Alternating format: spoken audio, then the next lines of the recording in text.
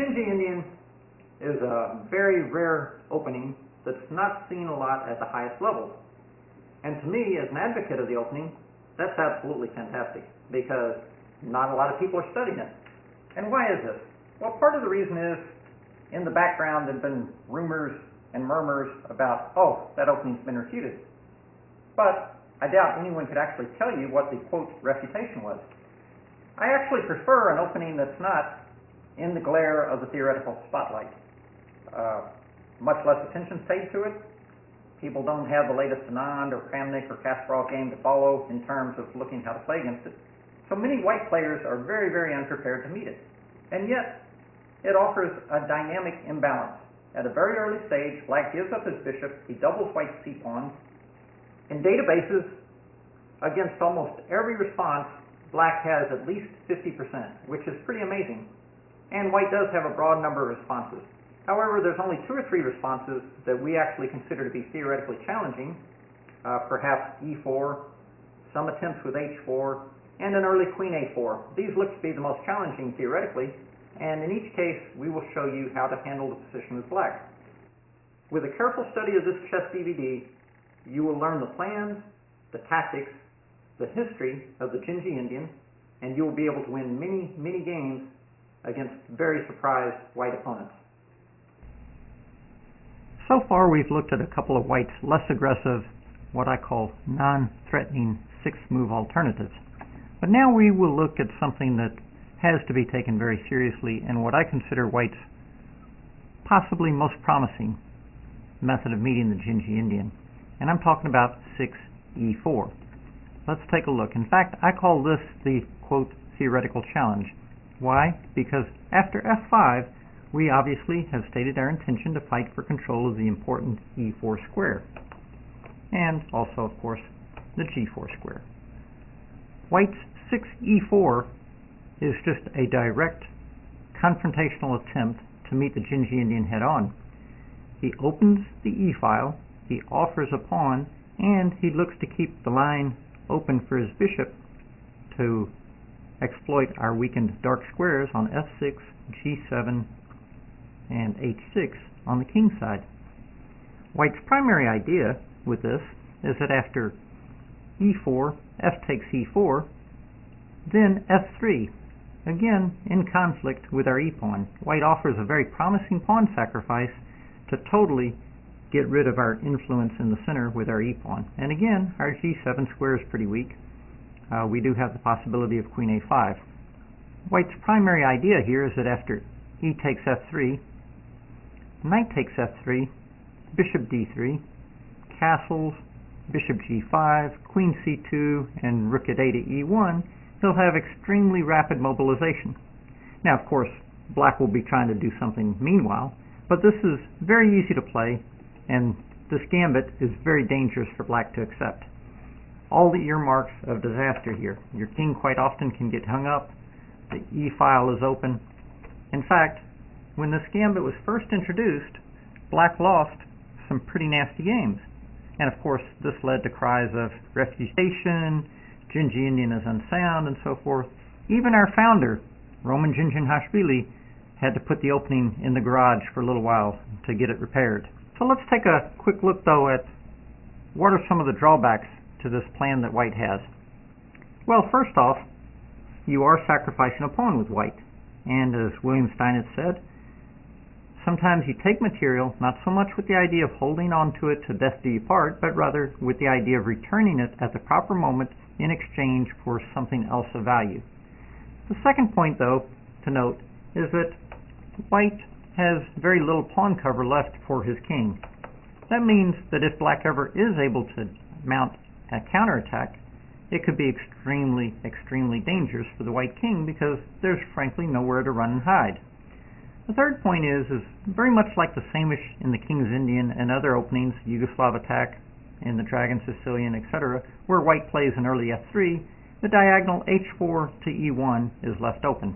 Since e4 is a logical and dangerous approach for white, which does try to meet the demands of his position, it therefore comes as no great surprise that in a survey of the Chess Mega Database 2010, games that were played, white did score only 54% though. So, That's better than in the passive variations, but still not as good as white scores across all openings. And it also shows that black obviously has plenty of resources. So, how should black proceed? Well, in the early days, f takes e4, f3. Once it was realized that accepting the gambit was simply too dangerous, black players turned their attention to playing queen a5. And again, this is a move that had stood them in good stead in non-threatening variations. White usually plays queen c2, protecting c3 and putting pressure on e4. Black then started playing knight f6, and after f takes e4, hunkering down with d6. Note that again, knight takes e4, bishop d3, knight f6, of course, queen takes c3, queen c3, knight c3, bishop b2, simply loses a piece for black due to his lack in development and the long diagonal. Therefore, black would have to retreat. But after knight f3, followed by bishop h6, white has exactly the kind of gambit play that he wants. He castles, rook at a to e1, very easy for him to play. In fact, he will hardly even notice he's a pawn down. The black pawn on e7 is so weak, and worse yet, our king on e8 is very vulnerable. In fact, this is exactly how black loses games in the Dzindzi Indian, getting your king hung up here in the center with an open e-file. So going back, after f3, early try for black was to play queen a5. And again, after queen c2, then to play knight f6, after white takes his pawn back, then just play d6 and start building your barricade. However, after knight f3, knight bd7, bishop g4, knight g4, and castles, Roman decided, after some analysis, and I quite agree with him, that this type of position is probably good for white. A bit uncomfortable. So what should black do? Well, Roman began to realize that after queen a5, yes, you do attack the pawn on c3 and threaten it with check, but you simply force white to put his queen on a very good, developing, active square. Roman gave more and more thought to the position after f3 and realized that a better plan is that black should focus on playing d6 and building his barricade on the king side right away. The c3 and c4 pawns are not going anywhere, and rather than send the queen off to the queen side, the queen could prove quite valuable in helping to hold key dark squares. Keep in mind, we have given up our dark squared bishop, therefore the queen could be very valuable in holding, helping to fortify key dark squares in the center and on the king side. So his new idea, which we will call the Roman barricade, begins with d6. And after fe4, knight f6, white usually feels compelled to do something about the e-pawn anyway. Queen c2, knight bd7, knight f3. Roman's idea was to begin taking control of the e5 square with knight to g4. However, after knight to g4, bishop to e2, this is pretty critical variation for the Roman barricade. And in the book, Crushing White, the Dzindzi Indian Defense, I devote all of game 34 to analyzing the possibilities here. It's a very rich position, very possible to play. Another approach to the barricading type variation that I came up with is a refinement on the Dzindzi Indian, is another variation of the Roman barricade type idea, and that again starts with Roman's d6. After fe4, knight f6, queen c2, knight bd7, knight f3, I think knight e5 is also an interesting possibility for black. Again, the idea, similar to the Roman barricade, sometimes this knight drops back to f7 to help fight against this dark squared bishop coming to either g5 or to h6. And after knight takes e5, d takes e5, or bishop d3, I kind of like the move h6. After castles, g5, bishop e2, queen d6, bishop e3, bishop d7, for example, we get a similar pawn structure to what we will see in a game with Almira Skripchenko a little later in this DVD. Here's another idea that's very positional and very solid for black. In fact, Fritz even considers that black is already close to equal. So after f3, challenging the pawn on e4, I've showed you the plans with queen a5, d6, or taking on f3. Now I'll show you the system that I really like. After f3, we've taken a look at accepting the gambit, not a good idea. The early queen a5, premature in my view. I tend to agree with Roman. We need the queen. When white plays actively in the center and on the king side, quite often our queen, being such a valuable unit, is needed to help bolster up until we can get safely ushered off to the queen side, or until the game has been decided to some degree. Therefore, the early commitment of the queen on a5 when white is playing so aggressively in the center is probably not a great idea. We've also looked at the Roman barricade idea with d6, and we've also mentioned the idea of knight d7 with the early knight e5. However, now, after having looked at all of those ideas, I will show you my favorite system against e4 followed by f3, and that is the counter-strike in the center with e5. This immediately stakes a claim to the center and looks to potentially exploit the weakness that white created by moving his f-pawn. That weakness being the h4 to e1 diagonal. Now against e5, white has tried a number of things. F takes e4 has been played, queen c2 has been played, d takes e6 has been played, bishop e3 counterattacking the pawn on c5, this has been played, d6 looking to box in the bishop on c8, but freeing the c6 square for the black knight has also been tried. Black has more than held his own against each of the various attempts by white, and we will look at a good sampling of games to show the different resources for both sides. Going back to 6e4, again the primary idea is that after f takes e4 is f3. However, instead of f3, white has tried a number of other ideas. For example, g4 has been played. The idea there is that the pawn may well advance to g5, thus taking away the f6 square from the knight on g8. However, this also leaves holes behind and further destroys the white pawn cover. 7g3 has been played, looking to recoup the pawn on e4 at a later date. Bishop to g5, anticipating the knight coming out, a possible d6, has also been played. Knight e2, looking to possibly round up the pawn later with the knight, has also been tried. And the flexible queen c2 has been played. We'll take a look at a sample of some of those ideas at the very end of the chapter on 6e4. In summary, against e4, f3, I highly recommend the system with e5. That will be the major focus of the next several games. But first, we will look at a couple examples of the typical structures from the barricading type ideas. The first game we will look at with 6e4 is Lori Delorme versus Almira Skripchenko.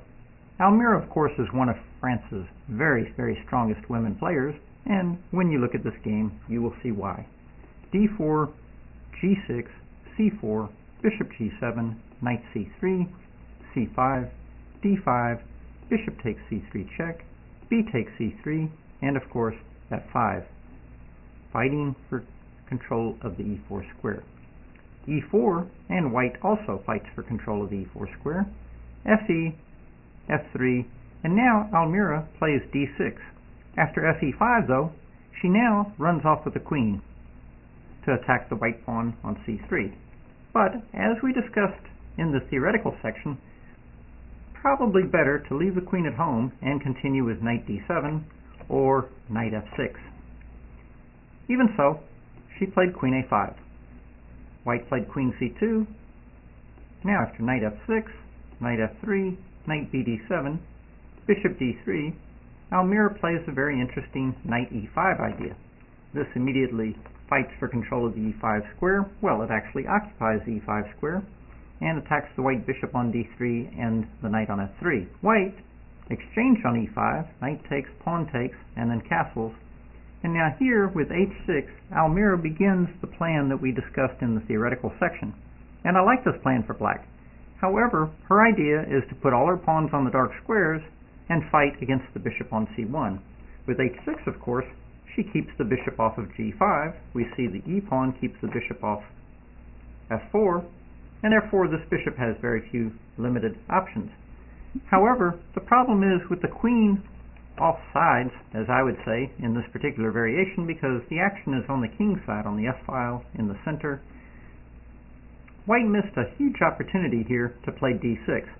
This would have undermined the stability of the knight on f6 and opened one more file, thus giving white much better opportunities than in the game. In the game, though, after h6, white missed the opportunity and played rook b1. Not a bad move in and of itself, because it does put the rook on the half-open b file, addressing black's pawn on b7. However, after queen c7, Almira quickly corrected a small defect in her position and denied white the opportunity to play d6. Queen f2 was a good idea if she'd followed with queen h4. After bishop d7, queen came back to b2, and it's really not clear what white is hoping to achieve. Again, queen h4 might have been a more exciting possibility. But then we could consider castling, and white should probably consider changing the dynamics of the position with the exchange sack rook takes on f6. Note that taking the pawn on h6 is pretty much illegal after knight to g4, simply attacking and winning the pinned piece. But again, back to the game, queen b2, yes, it does threaten to take the pawn on b7, but after b6, white hasn't really achieved anything. After bishop c2, here Almira showed very nice originality. Almira now shows a very nice idea here with king to f7. The idea is to bring the king to g7, help support the f6 and h6 points, and she connects her rook. This is very reminiscent of the former world champion Tigran Petrosian. White plays a4, trying to attack on the queen side, rook at a to b8, keeping it solid, a5, king g7. Bishop e3, but again, as we can see, this bishop does not really have too much to attack. Everything is protected.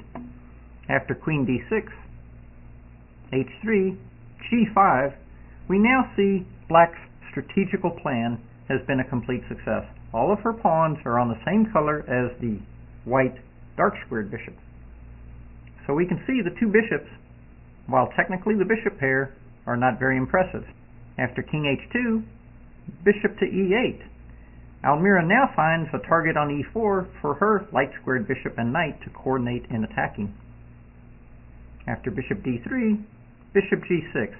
This maneuver is very reminiscent of the Hubner system, which is highly respected against the Nimzo-Indian. Queen c2, and now we can see white is being forced to use a queen and a bishop, that's about 12.5 to 13 points of firepower, to support one little measly pawn worth 1 point. Again, not very economical. After rook at h to f8, white exchanges pawns on the b file and plays rook b5, preparing presumably to double and try and create some pressure against the backward pawn on b6. Black very astutely takes over the open a file, and after rook at f to b1, plays rook a6. By defending her pawn laterally with the rook on a6 instead of b8, the rook remains active along the a file. White now, in her ambition to triple with queen b1 and increase the pressure on b6, makes the decisive mistake, because after bishop e8, suddenly the advanced rook on b5 has no safe retreat.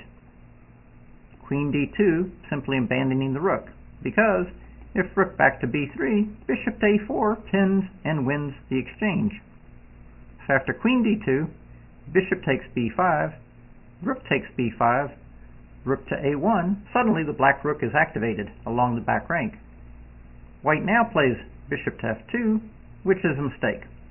She would do better to actually play queen b2, double attacking the pawn on b6 and hitting the rook on a1, and pretty much force black to retreat and find another winning plan after, say, queen d2, simply repeating. Probably the maneuver knight and knight would be a good way to increase the pressure. The other option would be to simply drop this knight back, defend the pawn, and activate the rooks. Nonetheless, that would have been a better defense. Bishop to f2 was the beginning of going wrong. Knight h5, and suddenly this knight is swinging in on the king side. After queen e3, further mistake, because that turns over the 7th rank and allows the black rooks to begin to coordinate. And now white makes the final mistake, but the position is lost. If bishop to g3, Powering in with knight f4 is pretty thematic, and after bishop takes, e takes, queen takes, rook over, and it's pretty much all over. After rook f6, follow with queen e5, h5, rook over, and g4 with a decisive attack against the white king. After bishop e2, Almira sacrifices the exchange, rook takes f2, queen takes f2. She has now set up a pin on the white bishop, and after knight f4, simply a matter of attacking the pinned bishop. White, in fact, resigned. Let's do a quick recap.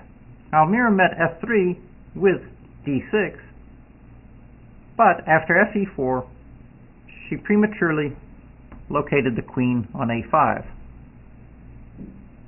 From there, though, she did set up the blockade with knight f6 and knight e5, and after the exchange, knight takes, pawn takes, castles, she had the very good positional idea of h6, fighting against the bishop, but white did have this huge opportunity to try and play d6 to open up the board a bit. Once white missed that opportunity with rook b1, queen c7. From there, it was just a matter of a few moves. Over the next several moves, she set up a very nice blockade on the dark squares. She also played the very nice idea king f7. This connected her rooks and prepared to bring the king over to g7, where it was very secure and helped to hold the dark squares on h6 and f6. Once she got her dark square barricade in place, she then relocated her bishop with bishop e8 and bishop g6, focusing in on the weak fixed pawn on e4. White then had to play queen c2 and had about 12.5 points of firepower lined up protecting a single pawn. I also like what she did here. Her pawn on b6 is going to come under pressure. She took over the a file, and after rook b1 provided lateral defense. When white erred with rook b2, she found the astute bishop e8 retreat, which trapped the rook on b5. In this position, it's a matter of breaking in. Black obviously has a decisive material advantage. She came up with the idea knight h5, preparing to swing into f4. After queen e3, she pincered in on the white bishop on f2, and after the final mistake, rook e2, sacrifice, rook takes f2, queen f2, and knight f4, simply attacking the pinned piece, proved decisive. A very nice strategical and tactical game by the French woman grandmaster Almira against queen plus light squared bishop. This is another winning technique that you will be able to win games with in the Dzindzi Indian. It was really impressed upon me in my work with Karpov. Quite often he knew exactly which in-games were winning and which ones were dangerous as black and which ones offered him chances to actually play for the full point. Now here we're going to look at a game. Nathan Resica, an American master, was traveling in Hungary and playing in a number of events over there when he was in pursuit of FIDE titles. And here he's playing against a British player, Adrian Keating. A couple of very good masters going at it. After 24 moves, we reached a queen and bishop versus queen and bishop, light squared bishops, in-game. Light squares is very important. Notice that the pawn structure is very similar to what we saw in the Almira Shevchenko game, except black never managed to get to g5. However, white has the chronic bad bishop, which is pretty endemic of this opening. Notice white has pawns on a2, c4, d5, e4, and g2, the same color as his bishop. Therefore, white tries to play bishop g4 and exchange off the bad bishop. A good idea, but black, of course, will have none of it, and has the idea that maybe bishop will come to c2 and start to touch the white pawn. White now plays h5. The correct move probably was queen f2, offering a trade of queens, and to try and keep the bishop out of c2. After h5, black plays queen g5, pinning the bishop on g4, and creating some tactical problems for white.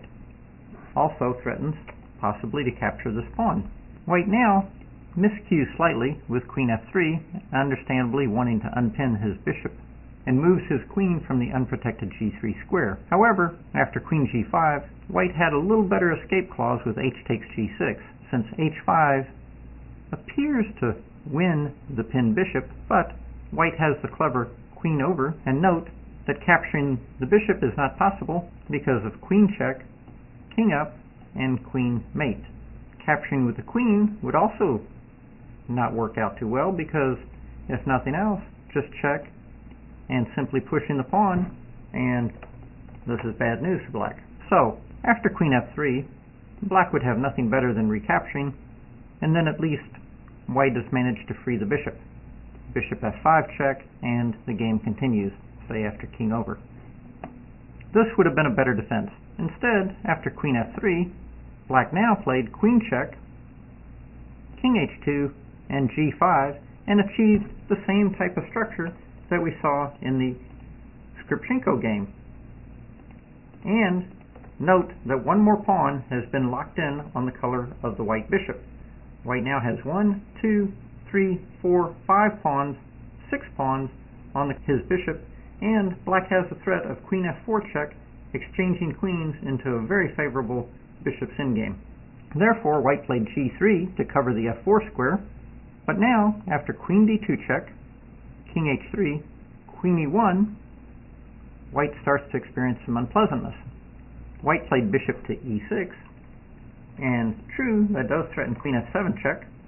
Queen f7 check, king h8, queen g8 mate is the threat. However, after bishop e8, black now has his own threat. Covers the f7 square and threatens bishop takes on h5, queen h5, queen h1 check, king g4, and queen d1 check, skewering the white king and queen. After bishop e8, white felt compelled to defend his pawn on h5 and nominated the king for the job. As we will see, this is a risky proposition. The appropriate defense would have been the optically ugly g4, putting yet another pawn on the color of our bishop. However, note that the bishop is, as Nimzovich termed, outside the pawn chain, meaning that it's not stuck back here on e2, but at least it's out here where it's active, out and about, doing something. White might have a little concern about the a2 pawn being loose, but some threats to play queen f5 and hit the e pawn, probably the game would be a draw. This would at least be enough to keep black honest, as it were. In the game, though, after king g4, black found the very nice maneuver, queen g1. What's the idea? Well, the threat is simply queen to h2, zeroing in on the pawn on h5, or threatening to capture the pawn on a2. White dropped back with his queen, hoping to defend that threat, but queen h1 check. But queen h1, again, created a double attack on the extended h5 pawn. After king f5, black made short work of it with bishop takes h5, and white resigned. Why? Because if g4, bishop g6 check, king e5, and now queen h3 threatens the quiet little queen g3 mate. And how to guard. Also, queen takes c3 mate is threatened as well. Therefore, if queen e1, then queen h2 check, king g3, and queen takes g3 mate. Notice also that after queen h3, that bishop to f5 fails to save the white king because check, king e6, and queen d6 mate. A beautiful in-game performance by the American master Nathan Resica. And it shows you, okay, white made a couple of slight slips in defending this endgame, but it shows you the practical possibilities and the theoretical possibilities are with black. So keep in mind, this is one of the more favorable endgames. Queen plus light squared bishop. So we've seen one game and one endgame from the barricade type structure that you can head for against 6 e4, f takes e4, f3, and so forth. But now I want to show you the system that I like. d4, g6, c4, bishop g7, knight c3, c5, d5, bishop takes c3 check, b takes c3, f5. The first game we will look at after e4 fe4, f3, and e5 is Snorri Bergsson and Michael Bezold from Greece, the European Cup Championship in 2002. Michael Bezold is a very strong Swiss master, very experienced player. He plays e5, and after f takes e4, this of course allows queen h4 check. By the way, you catch quite a few players in this in blitz when they haven't seen it before. So after king d2, note that g3, queen e4 check, queen e2 is also possible. But after queen e2, bishop e2, d6, black is basically a pawn up in my view. In the game, after fe4, queen to h4 check, hitting the king on e1 and the pawn on e4, white played king d2. Now black should consider taking the pawn right away, and after knight f3, the burden of proof is really on white to show that he has enough for the pawn. Maybe d6, bishop d3, queen f4 check, drop back, huddle in, regroup, and come back after white once you've consolidated your extra pawn. But in the game, black played knight f6, threatening to take the pawn on e4 with check certainly looks very tempting. And after knight f3, knight e4 check, king c2, black now played queen back to e7. Now here, white played a little too aggressive with bishop to d3. Stronger in my view is queen e1. This attacks the knight and also creates prospects against the pawn on e5. But black does have the very nice resource d6. Notice that after the meek retreat, knight f6, queen takes e5, white recoups his pawn. The exposed king on c2 is no big deal because we're heading toward a middle game without the queens, and white could even potentially be even better because the black king side is a bit airy. But after queen e1, you have the very nice resource d6. The point being, of course, that queen takes e4 is not possible because of bishop to f5, pinning the queen, and therefore after d6, moves like bishop d3, knight f6, knight g5, and white actually has some reasonable compensation for his sacrificed pawn. Black probably will develop with knight a6, and then knight back to c7, and bishop to d7, and get out of dodge, and then kick this knight, and so forth. But nonetheless, the game goes on. After bishop d3, black took the opportunity to play the knight fork, knight to f2, hitting the rook on a1, queen on d1, and bishop on d3. And then after queen e1, I very much like what black did. Not the greedy knight takes h1, which allows bishop g5, and we can see all the white pieces are getting mobilized. After queen g7, white has the very nice bishop to h6. The point being, of course, that taking this bishop allows queen e5 check, and suddenly we can see white is recouping all of his material and going to have a very active position. Therefore, after bishop h6, black probably has nothing better than to go queen back to e7, and after bishop to g5, acquiesce to a draw. Therefore, after queen e1, rather than play the greedy knight takes h1, black very nicely played knight takes d3, king d3, and now again, castles was a very nifty move. Black could have secured his extra pawn with d6, and that would be, quote, the normal move. But after bishop g5, bishop f5 check, king back to d2, queen g7, and queen h4, suddenly white has some nice play on the dark squares. Probably knight d7, protect the f6 square, but then bishop h6, it's a bit awkward for black. Therefore, black played the very accurate castles. And now, of course, it looks like white could recoup the pawn on e5. However, queen takes e5, we can see immediately fails to rook takes f3 check, knocking the defender away from simply winning a queen. After gf3, queen takes e5.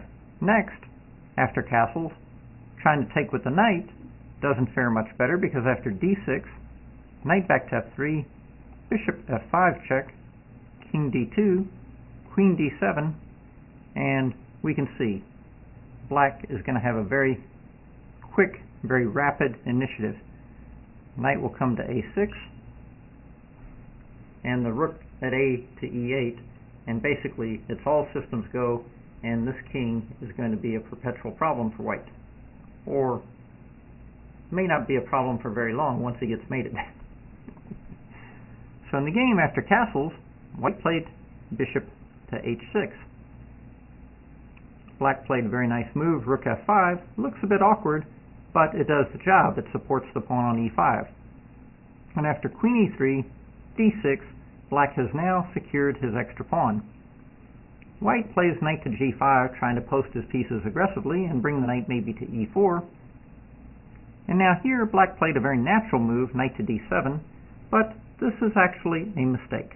The opportunistic rook f4 vacates the f5 square for the bishop and also activates the rook very nicely along the fourth rank. Then, once this bishop is out, then you can follow by developing this knight. The black pieces are much more active. For example, rook at 8 f1, bishop f5 check, king d2, and now rook g4. This keeps pressure on the knight on g5, hits the pawn on g2, and if rook f2, for example, now knight d7. And again, after rook at h to f1, white appears all piled up, ready to do some damage, but black is coming very nicely with very strong counterattack with knight to b6. And again, the Achilles heel of the white position, as usual, allows black fantastic counterplay. After the very natural looking but inaccurate knight to d7, white played very nicely. g4. This takes over control of the f5 square, in addition to the one move threat to capture the rook. And the main point was that after rook f4, h3, now the bishop on c8 is deprived of this beautiful f5 square, and suddenly white threatens to pile up on the f-file. Black, realizing that the white pieces are now anchored in here and impossible to get rid of, decides his best chance is to lash out on the queen side and try to make some profit from the exposed white king. A good plan, for example, knight to b6 would be too slow because after rook over, knight c4, queen back to e2, white has problems. White threatens simply to capture the rook, and if you trade rooks, then the threat is to penetrate. For example, after rook takes, suddenly white has a few threats. Rook f8 check, king takes c4, black is in serious trouble. Note, why is black in trouble? Because these pieces didn't get developed. So with h3, this is a very nice idea. Keeps the black pieces off of f5, keeps the white pieces anchored in very strongly on the king side. Therefore, black lashes out before things get too serious. White very adeptly plays rook over to f1, and after bc4 check, king back to c2, and black does have problems. After king c2, black should play rook f6, and white still has a bit of initiative. For example, knight e4, rook f1, bishop b7, and bishop g5. Black still faces a tough defensive task. It's a tough fight. For example, queen g2, queen d2, and now the pawn on d6 will come back home, and it's a tough game. In the game, though, after king c2, black tried to contest the f-file with queen f6, and white rushed in to win material with the discovered attack on the rook and threatening to capture the black queen with check. However, after queen f6, the correct way to actually pursue the initiative would have been rook takes, and then queen e1, preparing to come over and contest the f-file. For example, bishop b7, rook f1, queen h2 check, and now rook f2. Suddenly, the black queen is trapped. Why? Because queen g3 is the only available square, and then rook f8 check, rook f8, and queen g3, and white wins. Going back, after queen f6, white rushed to cash in with knight e4, and got a rude awakening after rook takes f1, knight takes f6 check, rook takes f6. By sacrificing the queen, black was able to eliminate two very powerful, important attacking units from the white camp. In addition, black now threatens knight to b6 and bishop to b7, simply surrounding the pawn on d5. From a material point of view, black has a rook, a knight, and 2 pawns for the queen. Approximate material equality. White now lost the thread completely. White should play queen e2, bishop d7, and rook d1, and knight d6, and so forth, and fight for the initiative. However, White now played bishop to g5, losing the plot completely, and after rook f7, was so worried about this knight b6 maneuver that he played bishop d8. This is a sad state of affairs for this bishop that was once proudly posted on h6, threatening to support all kinds of terrible things against the black king, suddenly finds itself scrambling to simply capture this knight. But unfortunately, this is really a bad idea, because after bishop takes, pawn takes, White has succeeded in just giving up his bishop and opening the a file for an attack on his weak a2 pawn. After king b1, bishop d7, rook h2, rook at a to f8, we can now take an assessment. Black now has a rook, a bishop, and 2 pawns, 10 points for the queen. In addition, Black has a passed d pawn and complete control of the open f-file. Black actually has a winning advantage at this point. After king b2, king g7, queen g5, b5, queen e3, h6, Black just keeps inching forward. White can undertake nothing constructive. Queen e2, now rook f4. This protects the c-pawn and prepares to advance with b4. Thus, White felt obligated to play a3. But now, Black continues inching forward, pressure on the h3 and c3 pawns, and prepares to bring his back rook to f4, and then again, possibilities of a b4 breakthrough. White decides not to sit around and wait for the inevitable, and plays a4. Black responds very sharply with b4, establishing a pawn duo. Now, if c takes, c3 check is very strong, initiates an attack on the white king. Therefore, after b4, White played queen takes c4. But after b takes c3 check, king c1, rook at 8 to f4, White actually resigned. And why? Well, to start with, the queen is zapped against the pawn on a4. And if queen a6, rook takes a4, queen d6 looks like White is getting somewhere, attacking 2 pawns and a bishop with check. But rook a1 check, king c2, bishop to a4 mate shows the perfect cooperation between the 2 rooks and the bishop. Also highlights how exposed the white king is. A beautiful example of powerful play by the Swiss master Michael Bezold. Let's do a quick recap. After f3, Bezold played e5. Very nice. White played the mistaken f takes e4, and of course, after queen h4 check, king d2. Now Black played knight f6. Note that queen e4 is possible. After knight f3, knight e4 check, king c2, queen e7, White now played the mistaken bishop d3. I like what Black did here. Knight f2, forking the queen, the bishop, and the rook, but after queen e1, he then took the bishop, not being greedy. And after king takes, the very nifty castles, and the pawn on e5 is very dangerous for White to take. White's bishop h6, rook f5, queen e3 allowed him to gain control of the dark squares. But with d6 and knight g5, Black now should have played the very powerful rook f4, vacating the f5 square for the bishop, keeping the rook active along the 4th rank.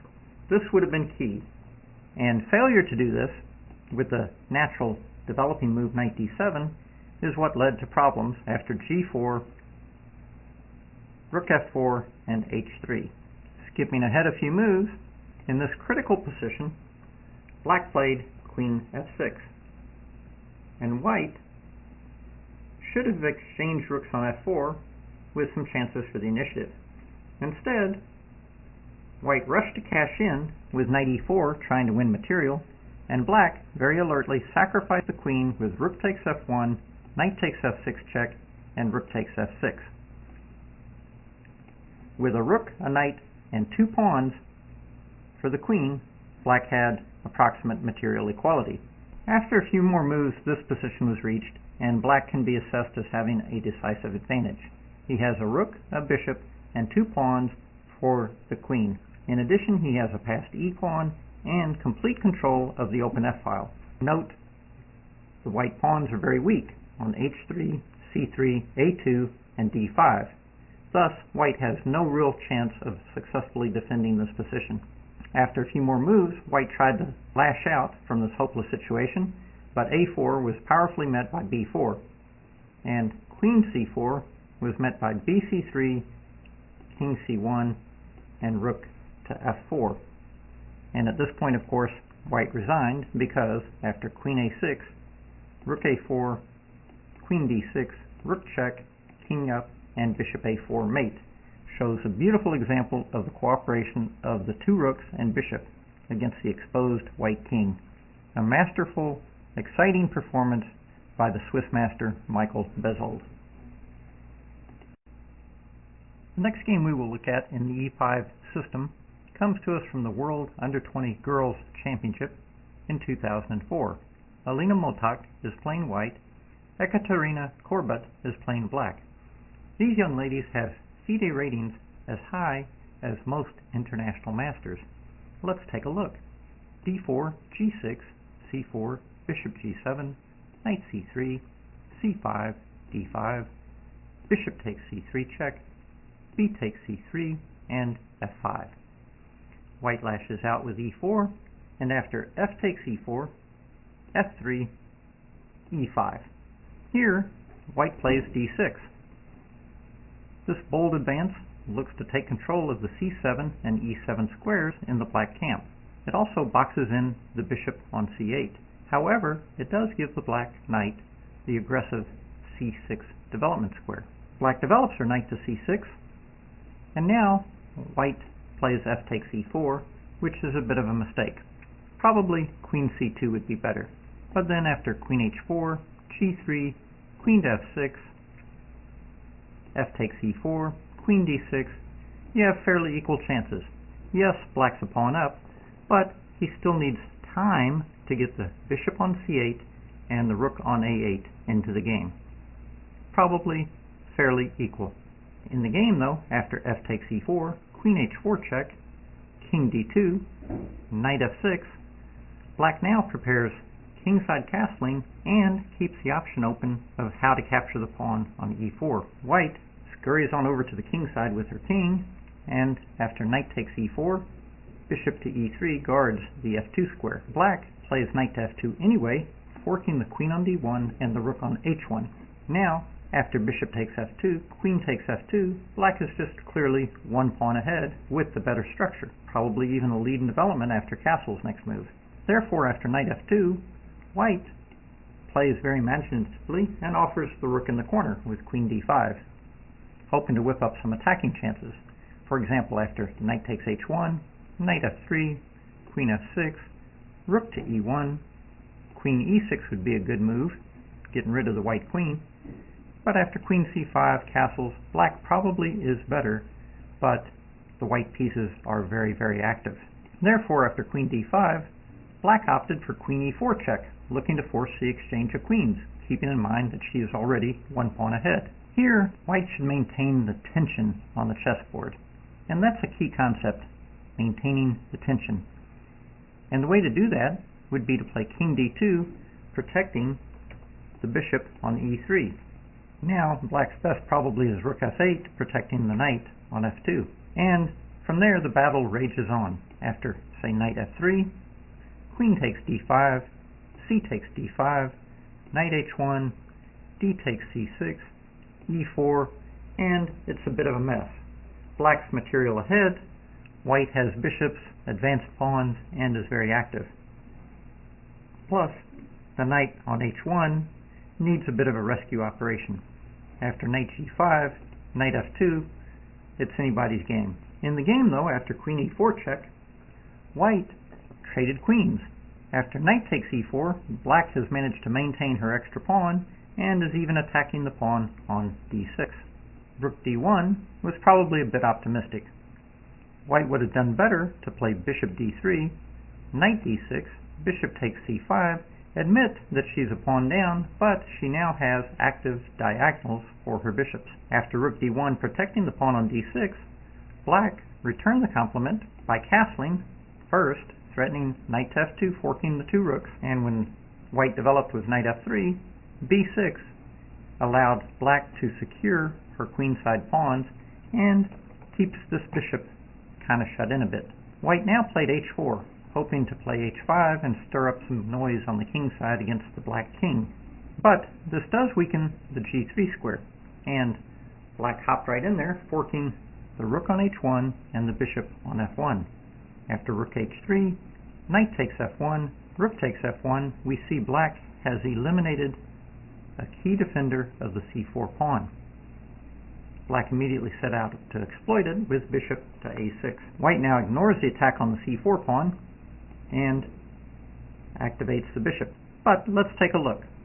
After bishop a6, well, knight d2 doesn't help because you simply trade rooks and capture the pawn. In fact, also capture the a pawn. After bishop a6, king b3, knight a5, king c2, knight c4 only makes white's situation worse. And last, king d3 allows a very nice stroke e4 check. This is a bit of attraction as the king is attracted to e4. After king e4, bishop takes c4, rook d1, rook at a to e8, knight e5, and rook takes e5 mate. Therefore, we can see after bishop to a6, the pawn on c4 is already indefensible. Thus, bishop h6. Black goes ahead and captures the pawn on c4, and after rook e1, now plays rook f6 to surround the pawn on d6. Also possible was rook was defending with rook e8, and after knight g5, bishop takes a2, etc. After rook f6, knight e5, knight e5, rook e5, rook takes d6, we've now reached a two-rook and bishop of opposite color endgame, where black has extra pawns, but weaknesses around his dark squares. White, in fact, played rook e7, and now here black played a logical move, bishop to e6, sealing off the e-file and attacking the rook.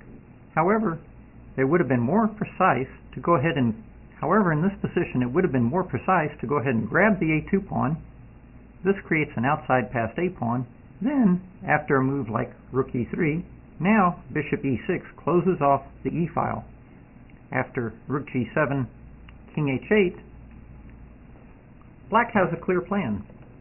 She's simply going to start motoring up the board with the a pawn, and it's up to white to try and find some activity that justifies being a few pawns down. For example, a move like rook e7 could now potentially be met by rook g8, and it's really hard to see what white has. After bishop e6, the game continued. Rook f3, and now black, realizing she needs to exchange off a pair of rooks to try and reduce the attack against her king, played rook c6. White goes all in with g4. Black scurries back with the rook. Note that bishop takes g4. Rook f7 would give white a mating attack against the king. Simply check, check, rook over, and rook h8 mate. Therefore, after the precise rook c8, h5, rook e8, white had nothing better than rook g7 check. King h8, and now white tries to open the h-file with h takes g6, h takes g6, and rook over to h3. But again, the bishop on h6 is tied to defending the rook on g7. Note, after h takes g6, that rook takes g6 loses instantly to bishop d5, threatening the rook on f3 and threatening bishop e4 check, splicing the king on c2 and the rook on g6. Therefore, after h g6, rook h3. It looks very dangerous for the black king here. That's why I like this part of the endgame the best. The way Ekaterina handled the black defense here showed very calm, steady nerves. First, she collects the pawn on g4. This tempos the rook on h3, but also secures h5 if needed, and f5 squares for her bishop. After bishop g4, rook h4, now bishop f5 check. After king d2, She now plays rook e4, offering to exchange one pair of rooks.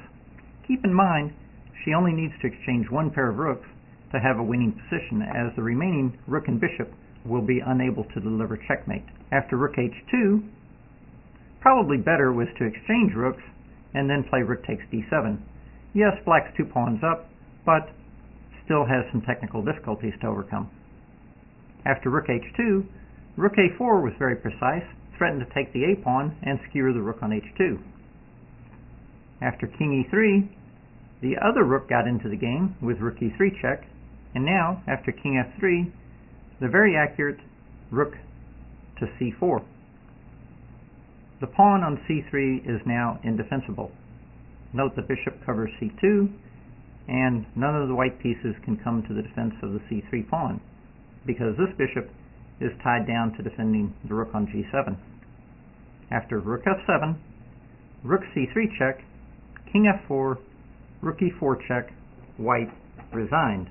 Why? Because after king g5, rook g3 check, king f6, rook e6, we see it's the white king that wound up getting checkmated in this bishops of opposite color ending with rooks on the board.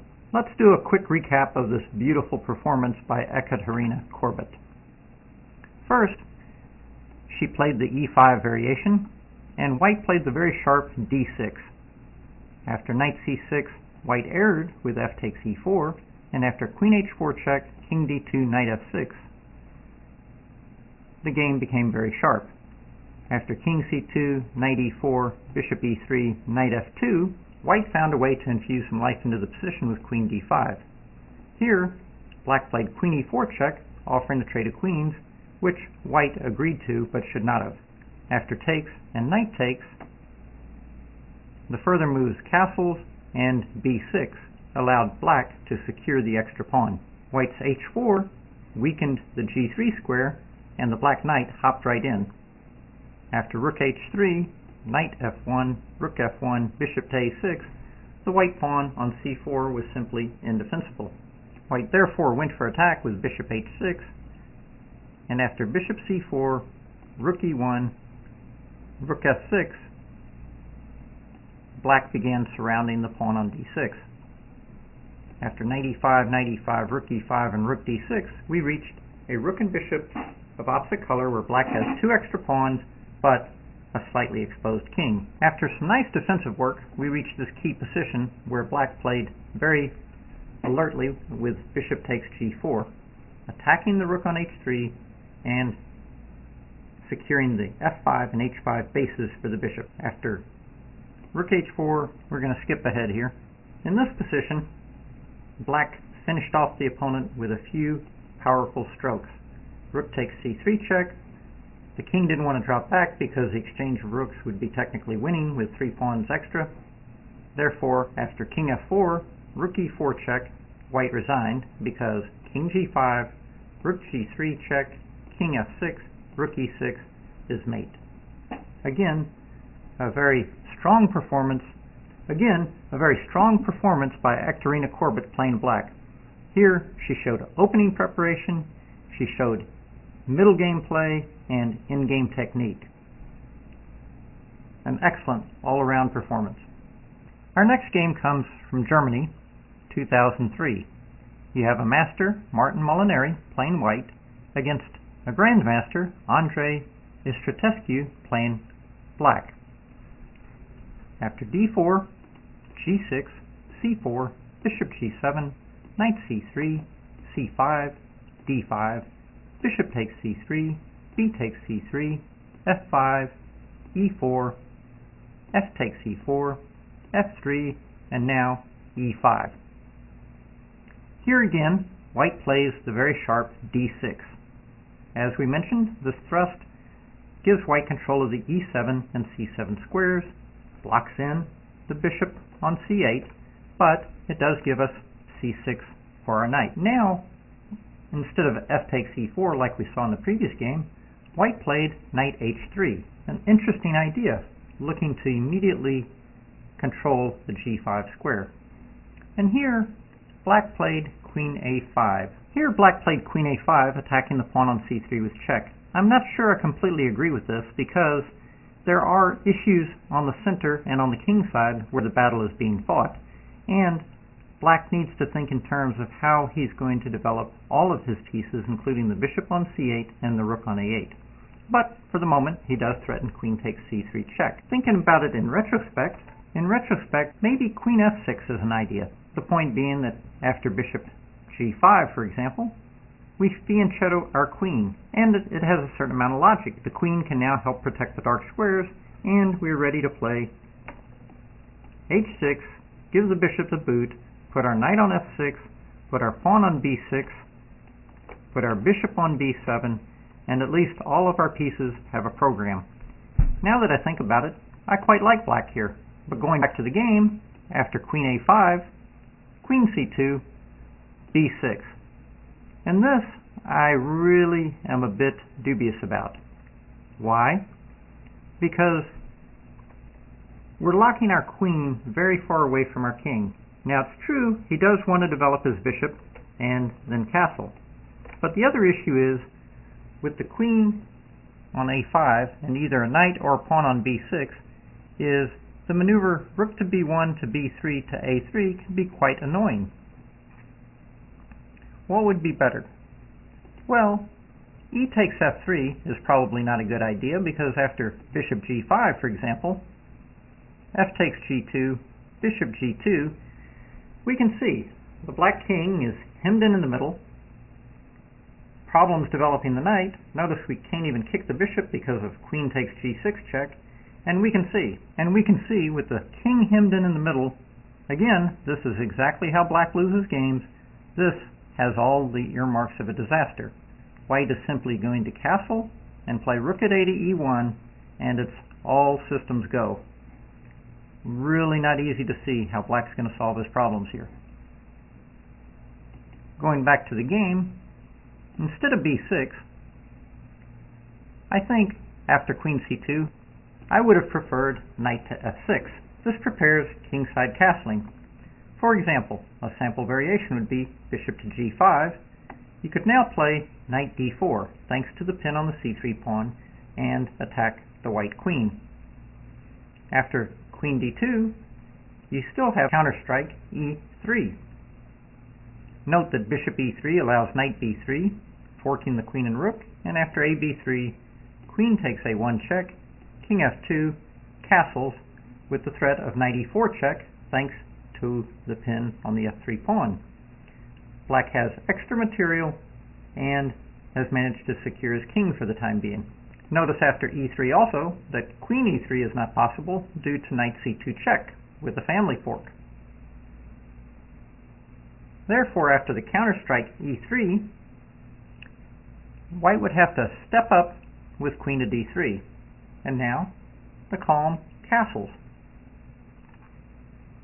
After bishop h6, for example, we have the powerful counterattack e4. After fe4, the incredible knight to g4 attacks the bishop on e3. And of course, after bishop takes f8, the amazing knight to e5. We should study this position for a moment just to admire the beautiful cooperation between the black knights, the pin on the c3 pawn, and the pawn on e3. Once we look at it a little closer, we realize, in fact, white loses his queen. Why? Because queen e3 we know is not possible because of knight c2, and after queen d1, simply queen takes c3 check, queen d2, and queen takes d2.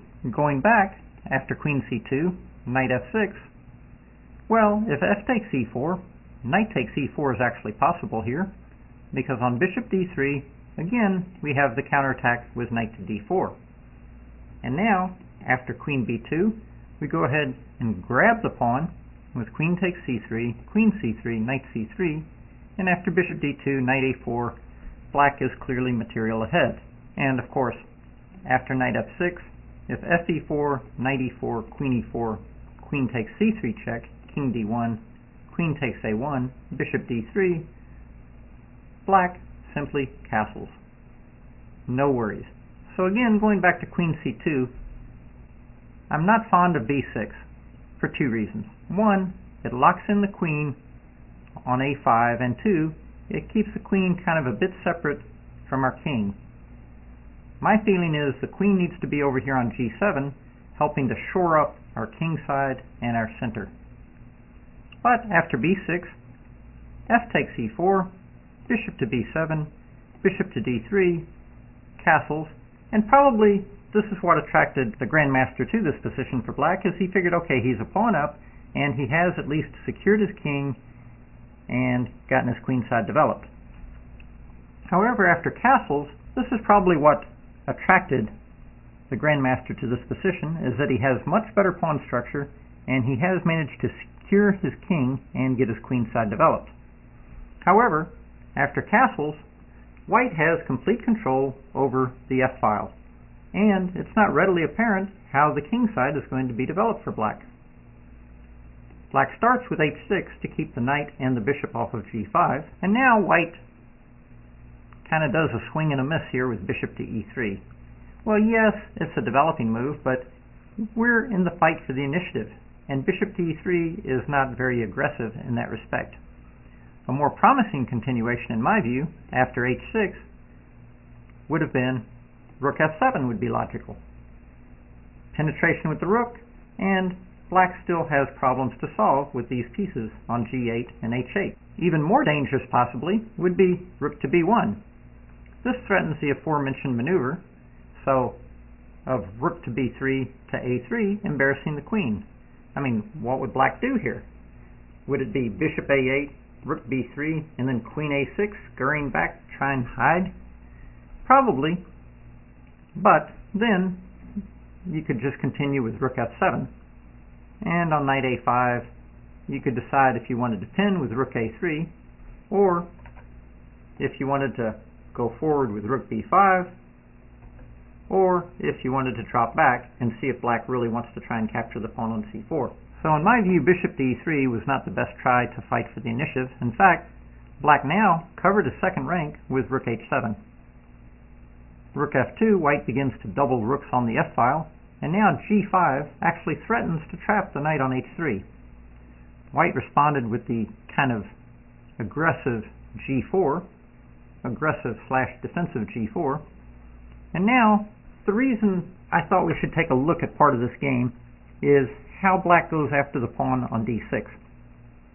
Because while I don't agree with the queen a5 b6 maneuver that black played, nonetheless the early middle game here has some very instructive value. Black played rook g7, and after rook at 8 f1, rook g6.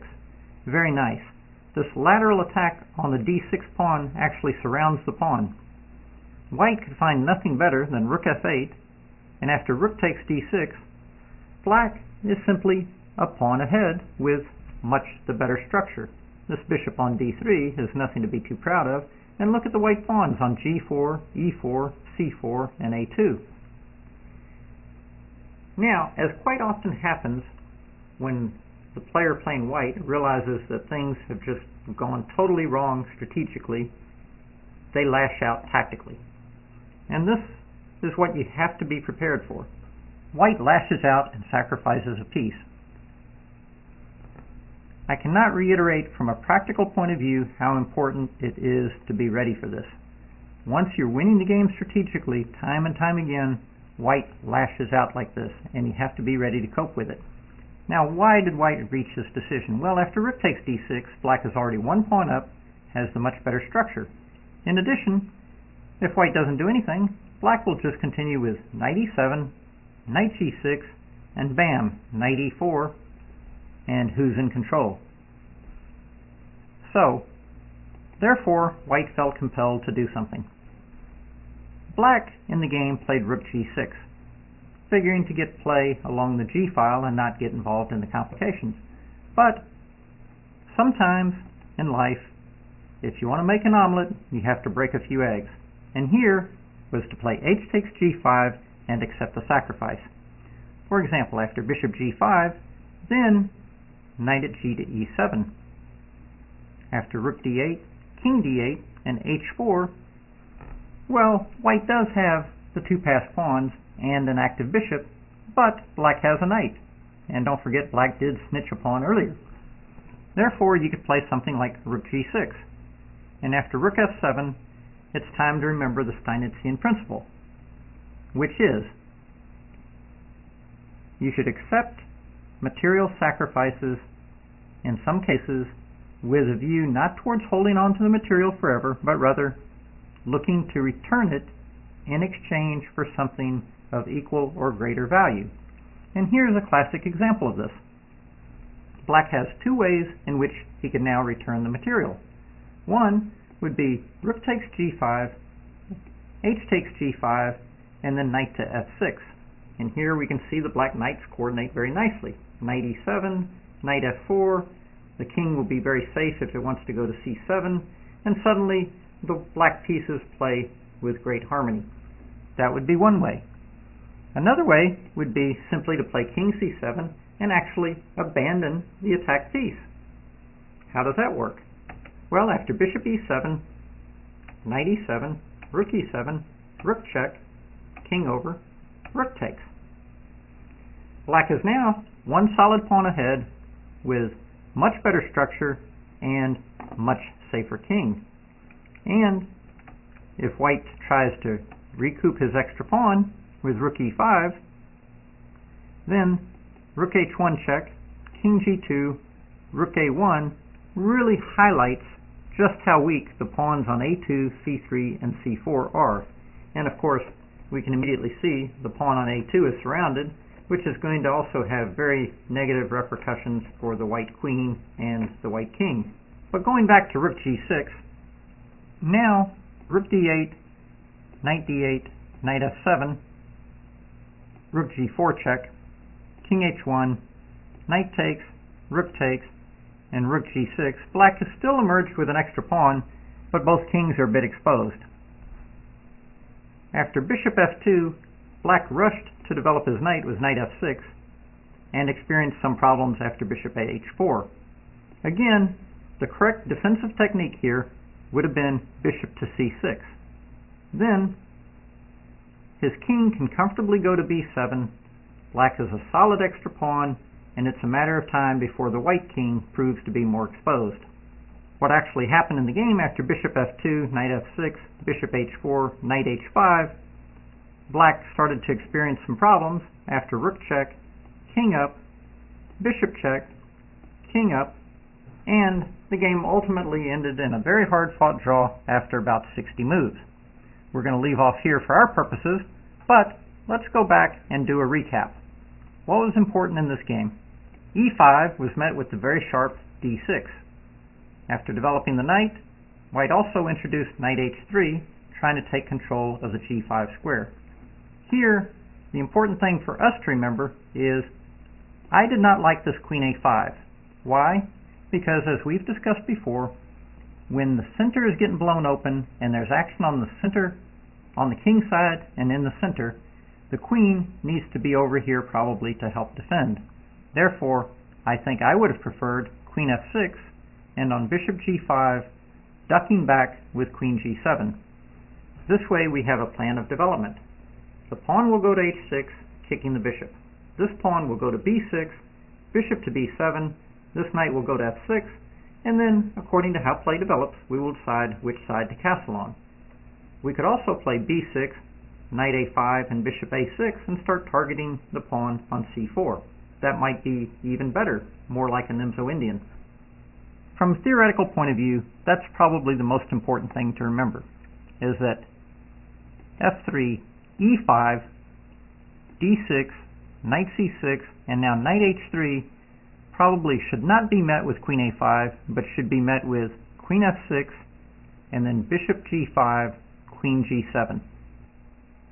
The next game we will look at, between Robert Wlodarczyk and Maximilian Tertanya, I would describe more as a slugfest. Let's take a look.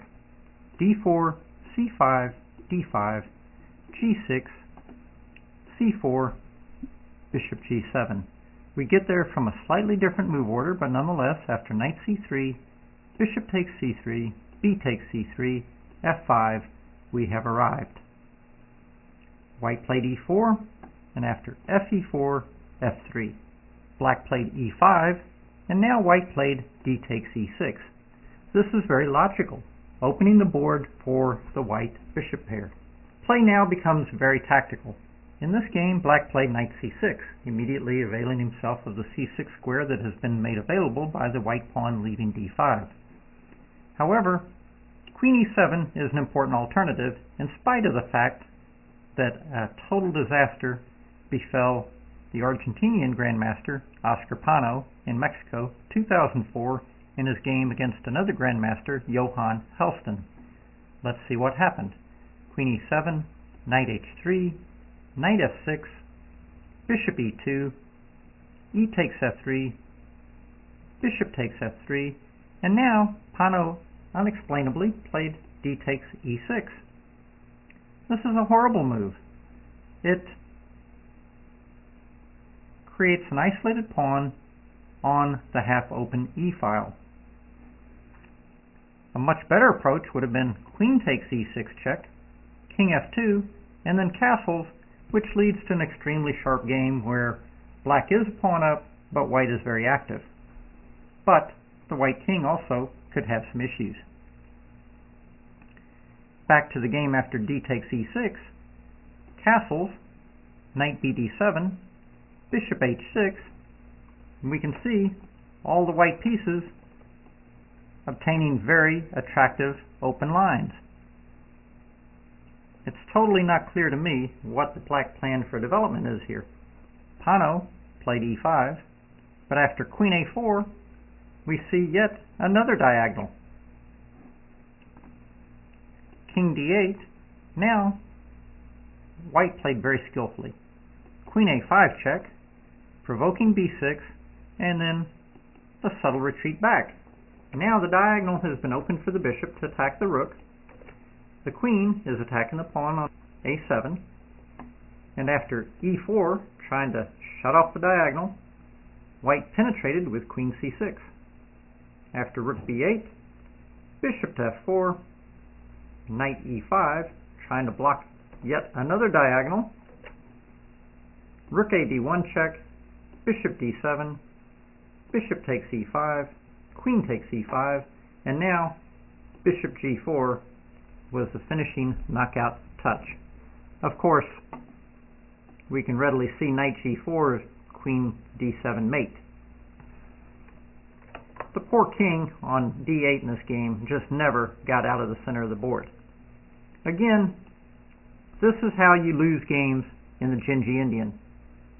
Grabbing a pawn, not having a plan for development, and getting your king hung up in the center of the board. This can even happen to a grandmaster, as we saw here. But let's go back to the game. But again, queen e7 is not to be dismissed by itself because of this one game. But let's go back to our current game with Tertanya playing black, and after d takes e6, he develops his knight. White now plays bishop to f4. Note that bishop e2 and queen c2 are both reasonable alternatives. Bishop f4, of course, aims to exploit the d6 square. Black now plays queen f6, a very sharp move, attacking the bishop on f4 and the pawn on c3, as well as the pawn on e6. A solid alternative to queen f6 would have been developing a piece with knight f6. For example, bishop d6, d takes e6. Now this is different than the Pano game because the e-file is not open. Plus, we're looking to block in this bishop. Given time, we will play two moves, b6 and e5, and the bishop on d6 will be our prisoner. After queen d2, we start out with e5. This prepares to free our bishop to f5 and hold the pawn on e4. After bishop takes c5, queen a5, and we can see black is the one developing very rapidly. For example, after bishop b4, knight b4, cb4, queen a3, and black has a very nice initiative. The immediate threat is e3, possibly knocking the queen off the b4 pawn. The white queen side is very extended. Black's ready to castle. Black's ready to play bishop e6 or bishop f5 and slap a rook on d8. This looks very good for black. Again, instead of queen f6, an interesting alternative is knight f6. For example, after fe4, black should continue his development with castles. White can try two ways to exploit the dark squares. He could play bishop d6, but after rook e8, e5, rook e6, knight f3, queen a5, black takes over the initiative. Moves like knight e4 or knight e8 are in the works. After bishop h6, the same idea. Rook e8, lining up on the e-file. Notice black is the one who actually has two pieces developed and is castled. After bishop d3, for example, knight takes e4. This opens up for the possibility of queen check, attacking the king, and attacking the bishop. This is a well-known trick from the famous King's Indian for black. After knight f3, the simple rook takes e6 should suffice. But black could also possibly be more aggressive with knight takes c3, followed by rook takes e6 check. But going back to the game, after queen f6, queen d2, note that grabbing the pawn with check gives black a very serious lead in development. After bishop takes d7, queen d2, knight at g to e7, black is ready to castle either direction.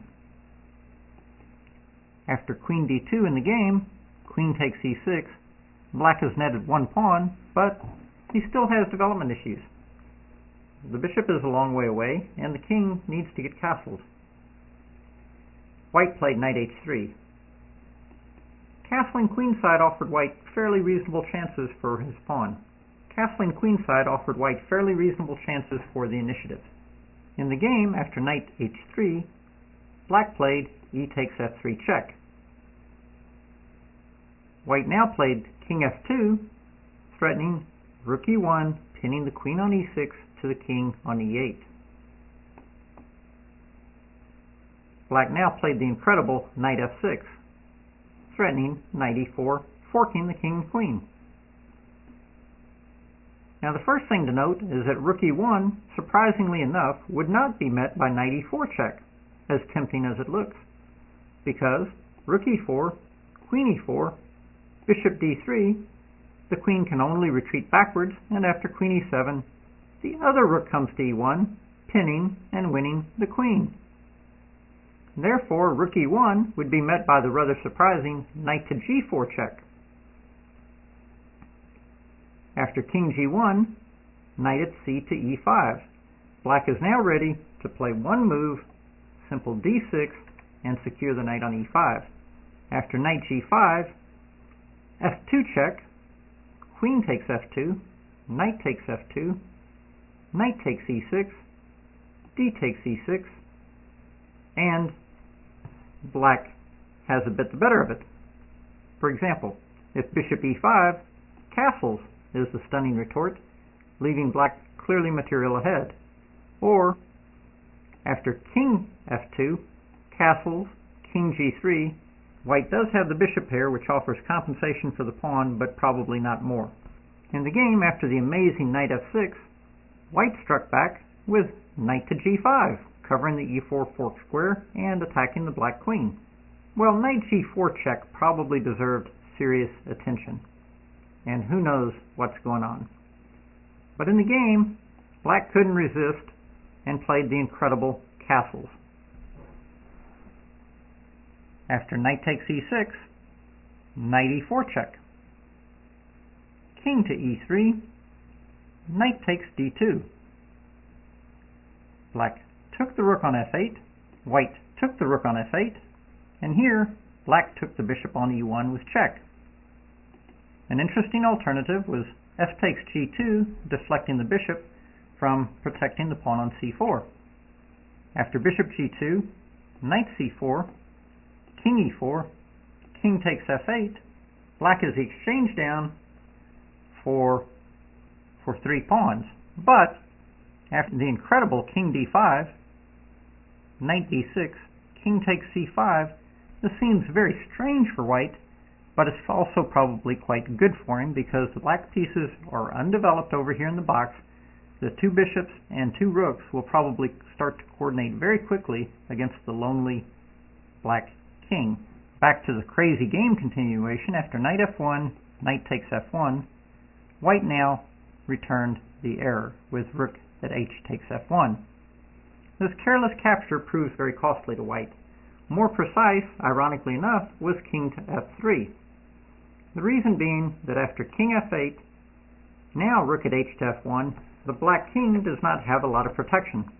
For example, b6, rook at a to d1, keeps black tied down a bit.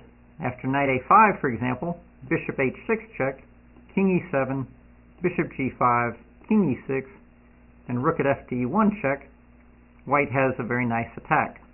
In the game after rook at h to f1, black, before capturing on f8, played what we call a swish and zug. This in-between capture attacks the rook on f1. After rook f2, black now captured the knight, and after king d2, white set up some discovered checks, king g7, bishop d6. Black was now able to avoid this mating net. White hopes to play bishop check and bishop h6. Black played b6, securing his pawn on c5, and this prepares to go after the fixed white pawn on c4. Note that now bishop f8 check, king g8, bishop h6 does threaten mate in 1, but white simply plays bishop to a6.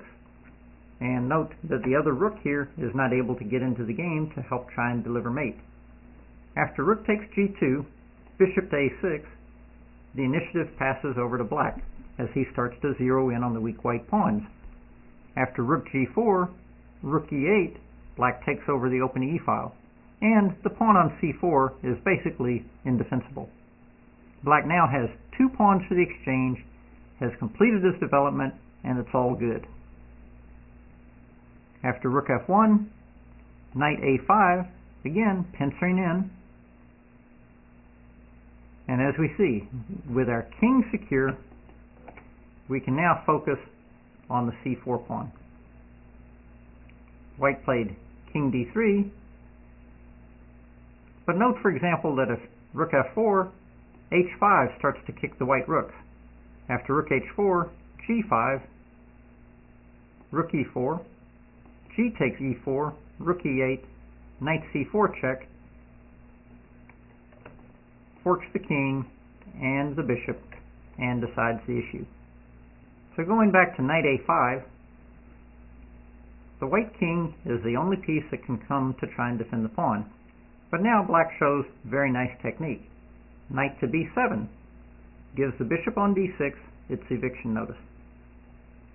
After bishop g3, bam, d5, and suddenly this backward d-pawn on the open file becomes an attacking unit in overpowering the c4 pawn. After rook f2, bishop takes c4 check, king d2, rook e6. Black now has three pawns for the exchange and, of course, a completely winning position. White saves his a-pawn. Black now plays b5, and after bishop b8, rather than spending time on defending his a-pawn, plays a very nice knight to d6. This threatens to power into e4, forking the rook and the king. Therefore, after bishop d6, rook d6, black now has a completely won game. After rook f4, simply rook d7, protect the f7 square. Why give white anything? After rook f8, d4, create some passed pawns on the queen side, rook c8, takes on c3 check, king c3, rook d3, king b2, rook to b3 check, king c2, rook a3 threatens to skewer, and the game only lasted a few more moves. After rook f4, rook check, king c1, rook h2 cleaned out the last of the white pawns, and after rook c5, a5, white realized black has four pawns, all passed for the exchange, and there is no hope of checkmating the black king. Therefore, white resigned. Let's do a quick recap. The important point to remember here in the opening is that after e5, d takes e6. This is an exciting way for white to play. play becomes very sharp, very tactical. Queen e7 is one possibility, in spite of the disaster that Oscar Pano had. Knight c6, as played in the game, is also quite reasonable.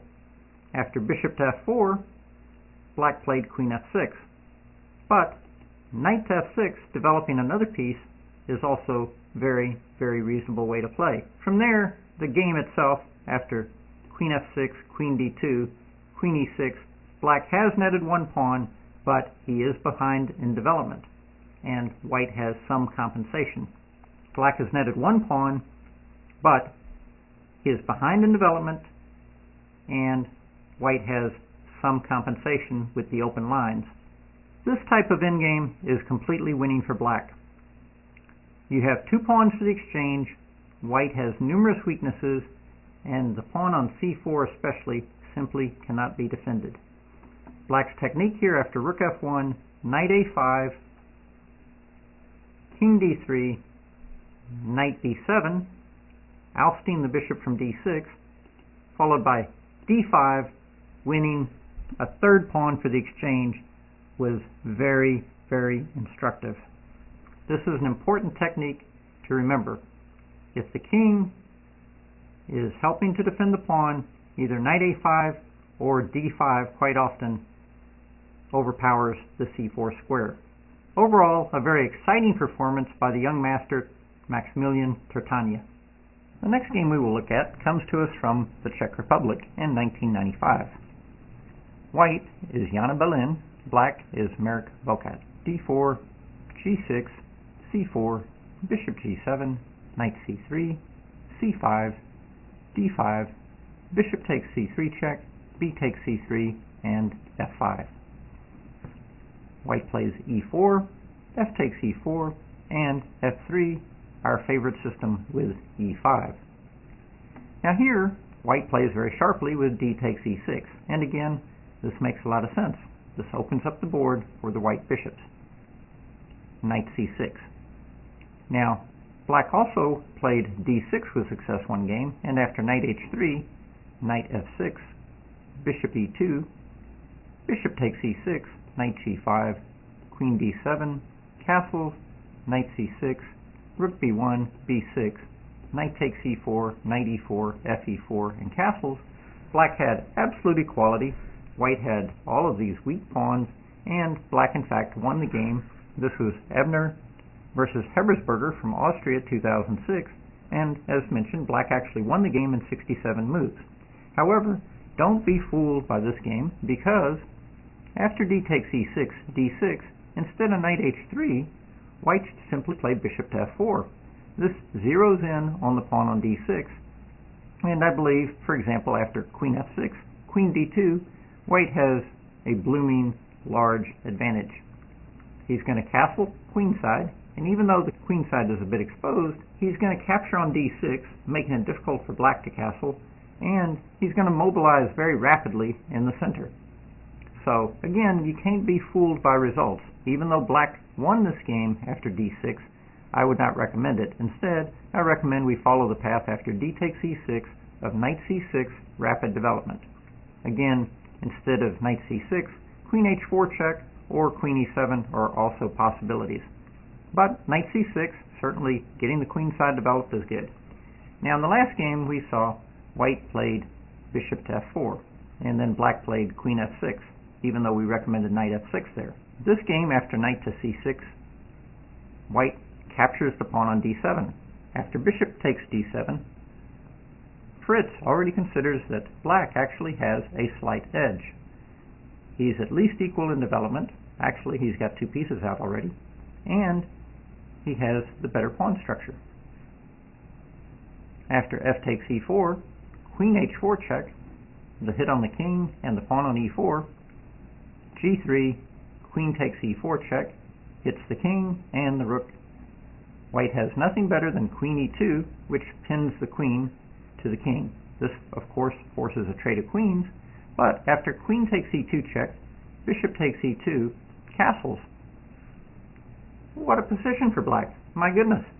He's completely developed on the queen side, castled, and white has weak pawns on c4, c3 and a2. This completely exemplifies the type of advantage that we like to achieve with black in the Dzindzi Indian. After knight f3, note that bishop g5 would be met by rook e8, simply pinning the bishop on e2. And after castles, for example, h6, bishop d2, knight f6, followed by knight e4, it's very clear that black is in charge. So in the game, after black castled, white played knight f3. Now black played very nicely. This is what I call line chess. Rooks belong on files. Here he pins the bishop on e2 to the white king on e1, and this creates a lot of discomfort for the white team.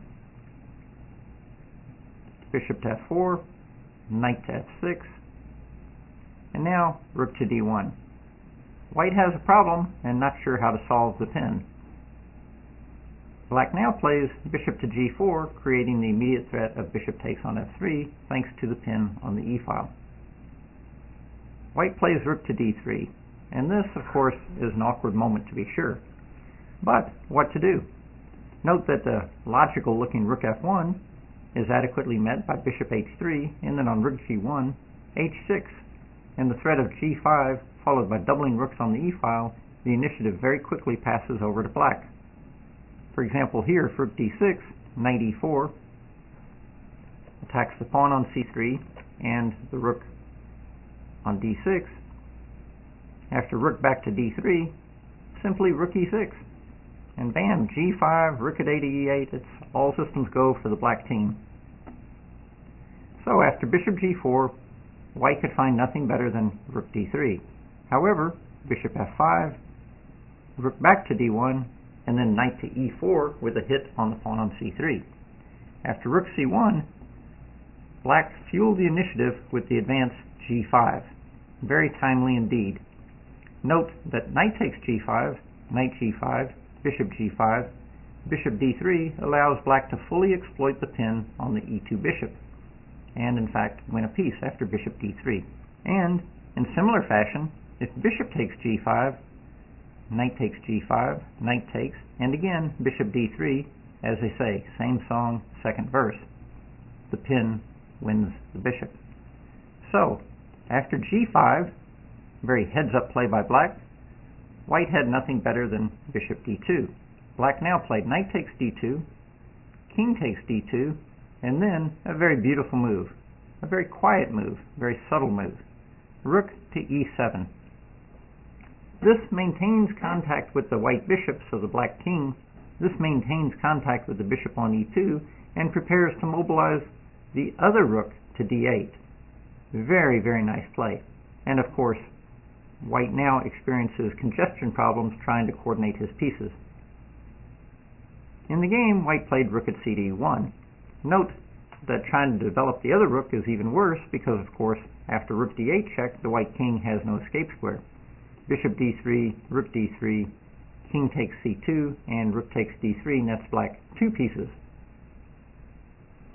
Also, instead of rook at c to e1, we always have to ask what happens if he tries to grab the pawn. But again, there we can readily see the poor white king is just simply going to be exposed on these two open files. And of course, punishment is quick. Simply rook check, king back, and then, if nothing better, the same theme, bishop to d3, winning the pinned bishop on e2. So let's go back. After the very quiet rook e7, quiet but powerful rook e7, white played rook at c to e1. This at least gives his king an escape square and protects the bishop for the moment. However, penetration was the order of the day, and rook d8 check, king c1, and now rook e3. Suddenly we can see this rook is doing a fantastic job, hitting the knight on f3, pawn on c3 with check, and the bishop on e2. This is a beautiful example of superior mobility by the black forces. And why do the black forces have superior mobility? It all comes back to pawn structure. That's right, pawn structure. And why does white have a weak pawn? It all goes back to the opening, the Dzindzi Indian. where on move 4 or 5 we take, where on move 4 we actually give up our bishop for the white knight and cripple the white queenside pawns. In the game, white played knight takes g5. However, there is no good defense. For example, if bishop d1, trying to connect, then rook takes c3 check, king b2, and rook takes d1 is very powerful. White has two options here. Rook takes d1, and then rook f3, and here black has two pieces and a pawn with a very easy winning game. For example, rook at h to f1, g4, h3, knight e4 with an overwhelming material advantage, and after hg, knight takes c4 check, king a1, bishop takes g4. Note that if the king had gone to c2, black has a very cute mate with rook c3. Going back to bishop d1, rook c3, king b2, rook takes d1. Also note that king c3, simply rook d3 check, king b2, rook takes f3, rook at h to f1, g4 leads to exactly the same type of position. So after this powerful penetration by the black rook with rook e3, white decided to grab the pawn on g5. Suppose the white king had tried to defend the pawn on b2. Then black has the very powerful g4. And after knight h4, rook check, we see that it's open season on the white king. After the powerful rook e3, white could have also tried to defend the pawn on c3 with the king. Let's take a look. King b2, but now bishop to g4, rook at h to f1, and then the powerful rook at d to e1. This lines up the bishop on e2 and the rook on e1 and another set of pins. For example, after bishop d1, then rook e1, rook e1, rook takes e1, and we see a new pin emerge on the knight on f3, and after knight e1, bishop takes d1, black has simply netted an extra piece. So after the powerful rook e3, little quiet, subtle but powerful penetration move, totally exploiting all the weaknesses in the white position, white played knight takes g5. But now the king hunt is on. Rook c3 check, king b2, rook c2, and white actually resigned. Why? Because if king b1, of course you could take the bishop on e2 with check, but even more powerful is doubling rooks on the 7th rank. For example, bishop d1, rook b2 check, king c1. Note, of course, that king a1, rook takes rook b1 mate, and if king c1, knight b4 exclamation point. This threatens mate on a2 and mate on d3. After rook e8 check, king c7, rook e7, king b6, bishop b3, knight d3 mate. A beautiful example of superb coordination with the black forces. Again, after rook c2 check, if king a3, rook at d to d2, threatens simply rook takes a2 mate.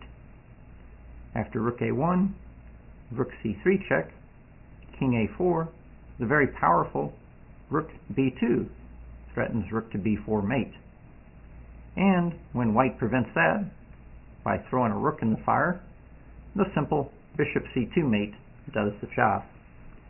A very, very instructive, powerful example by black of using open lines, pins, pawn weaknesses, and weak enemy squares. Let's do a quick recap.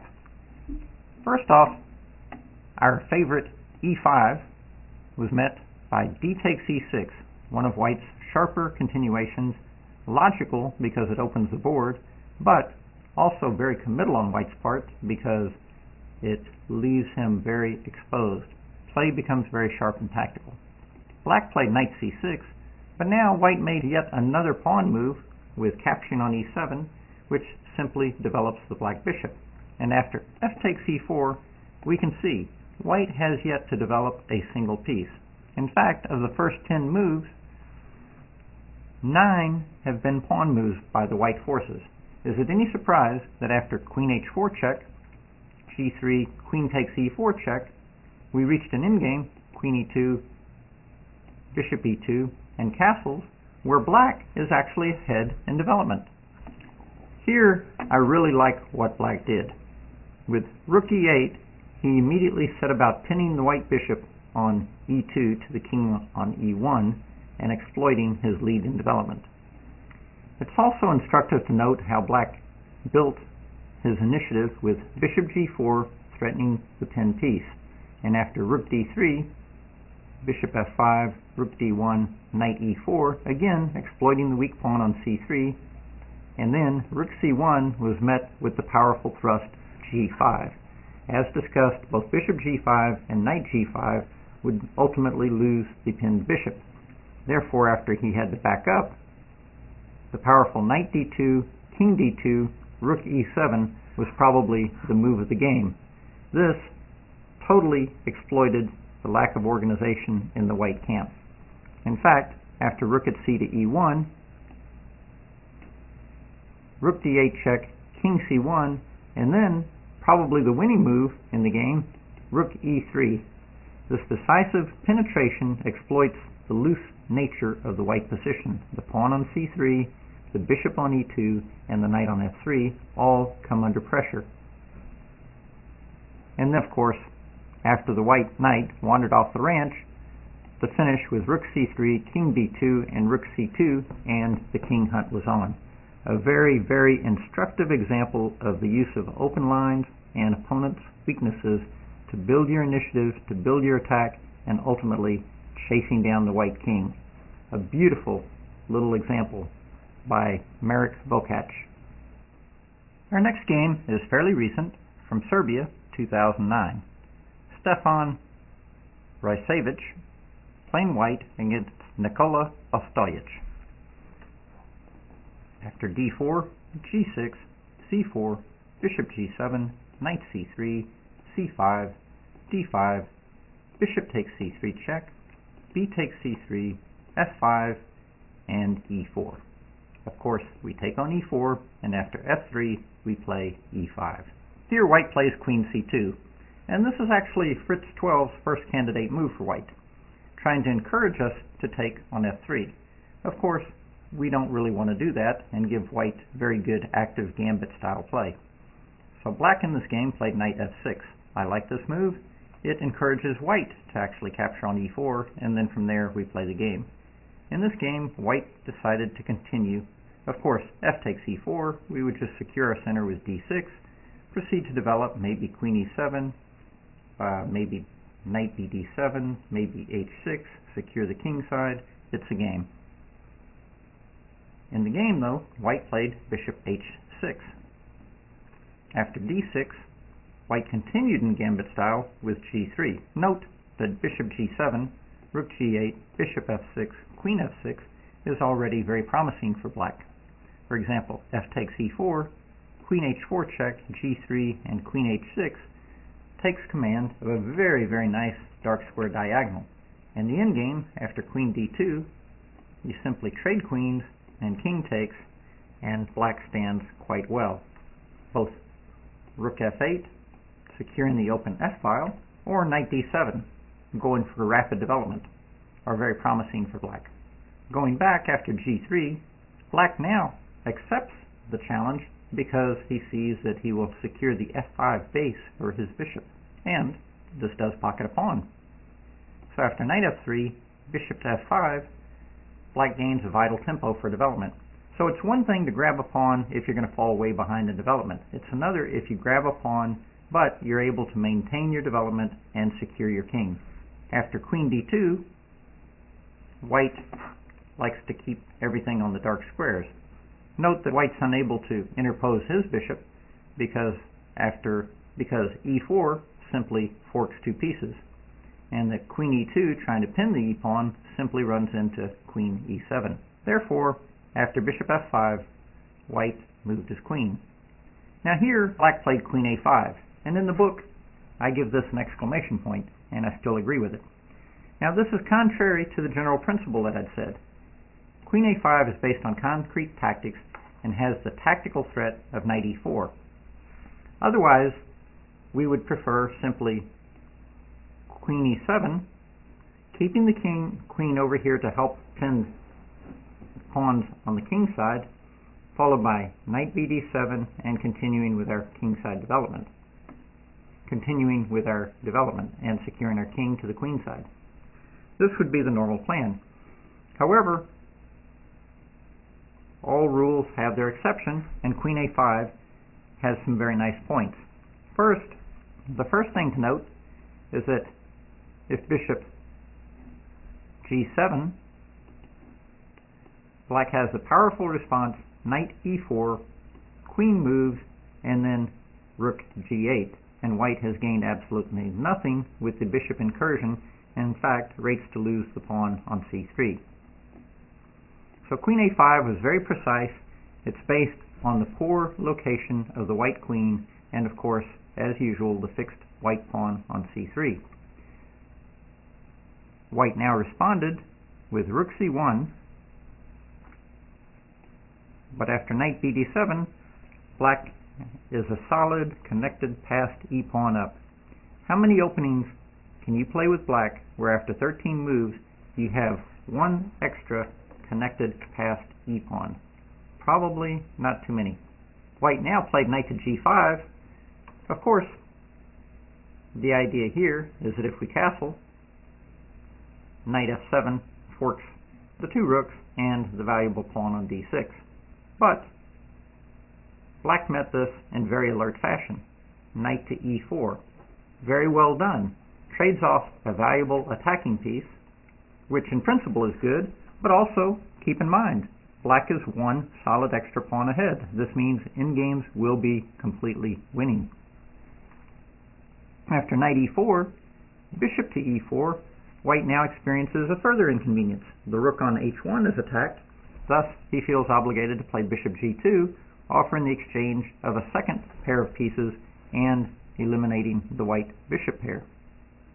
Not to mention, black has now achieved one of his strategical goals, that is, exchanging off a defender of the c4 pawn. So in fact, of the three natural defenders that we talked about for the c4 pawn, black not only is a pawn up, but has already exchanged off two of them. Well done indeed. After castles, his king is secure. White castles and does have control, thanks to the rook on the f-file and the bishop on h6, control of the open f-file. However, this hardly compensates for the chronically weak c4 pawn and the pawn deficit. Knight to b6, immediately zeroing in. White decides that passive defense is not the order of the day and proceeds to penetrate. And here I very much like what black did.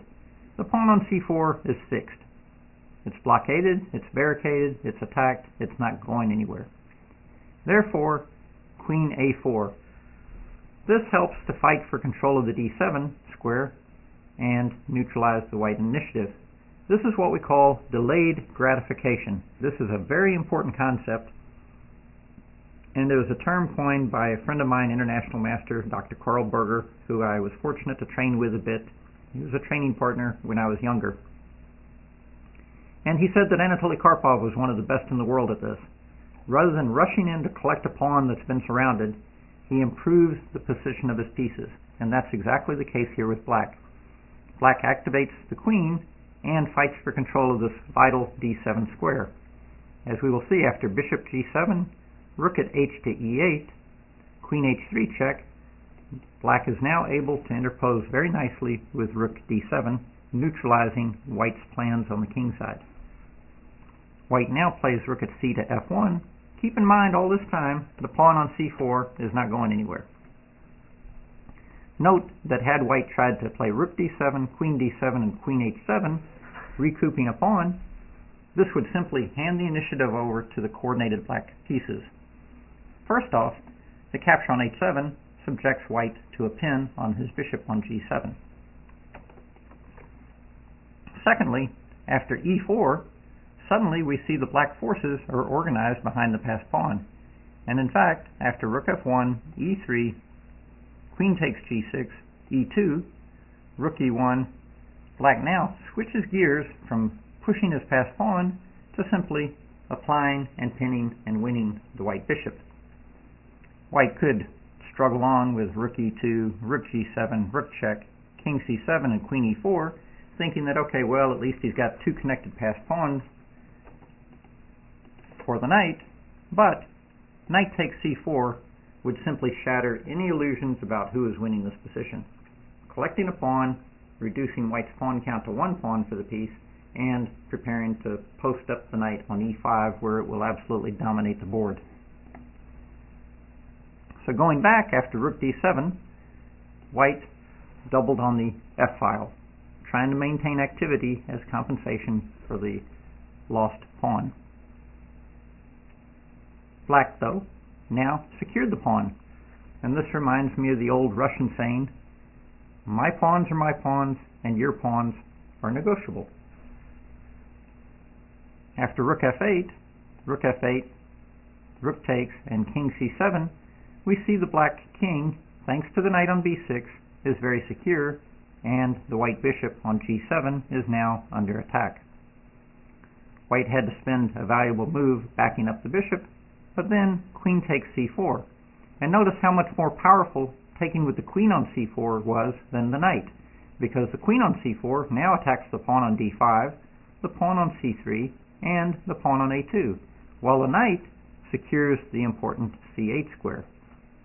Good teamwork by the black queen and knight. After queen e6, queen takes d5.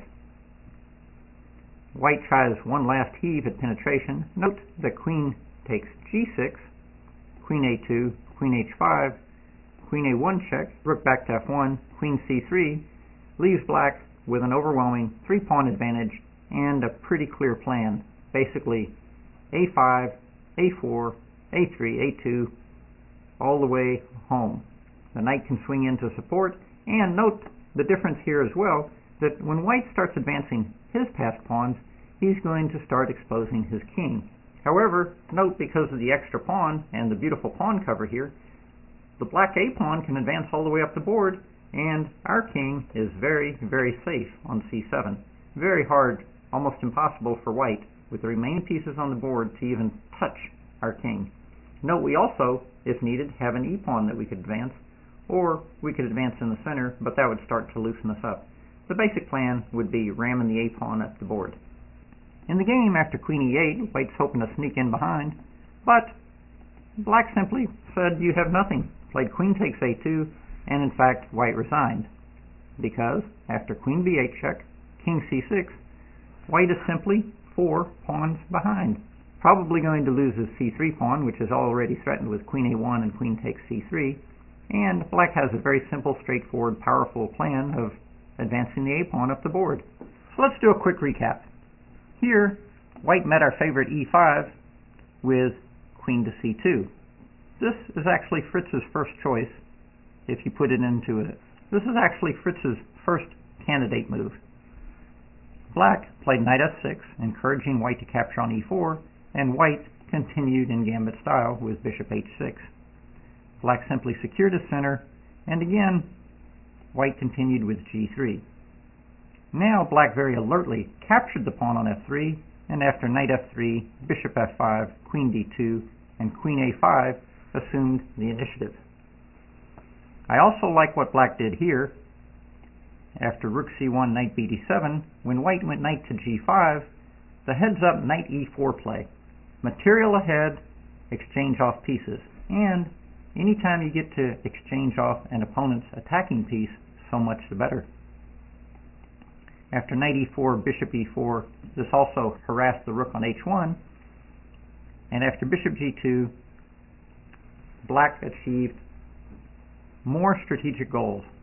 With bishop g2, queen g2, the other concept is that when you are facing the bishop pair, quite often you like to exchange one. That way you know which one to fight against. In this case, we're going to fight against this one. The other point is, in the Dzindzi Indian, we often want to exchange off the defenders of the c4 pawn. As we mentioned, the queen, the bishop that just got exchanged, and the white knight that got exchanged are the natural defenders of the c4 pawn. In this case, black has already exchanged off two of them, and as we will see later, is able to attack the pawn twice himself. Now here, white is starting to penetrate with his rook and get some compensation. But, as mentioned, black has two units that can overpower the pawn on c4, and queen a4 was an excellent example of delayed gratification. Basically, black has a winning material advantage and position on the queen side. He simply needs to neutralize white's attempts at initiative on the king side. And queen a4, bishop g7, rook at hd8, queen h3, rook d7 did a very, very nice job of doing exactly that. When white tried to continue his build-up on the f-file, black now took a tempo to secure his own pawn on the king side. Here, black has beaten back the white initiative and now played queen takes on c4, much more powerful than the earlier knight takes c4, as the queen on c4 not only pockets the pawn on c4, it hits the c3 pawn, the a2 pawn, and overpowers the pawn on d5, which, after queen e6, queen d5, white simply had no attack. After queen e8, black brazenly ripped off the a2 pawn, and white resigned, realizing that queen b8 check, king c6 leaves white simply 4 pawns behind. A very steady, very solid performance by the player blamed black, who simply took advantage of the opportunities that white offered. I really like the alert heads-up play with queen a5 and knight e4, simplifying exchanging off two important minor pieces that could potentially defend the c4 pawn. The touch later with queen a4, the delayed gratification, was also very important. Now, for the last bit of coverage on my favorite response to 6e4 f3, the variation with e5, we will look at a handful of games from my own personal files.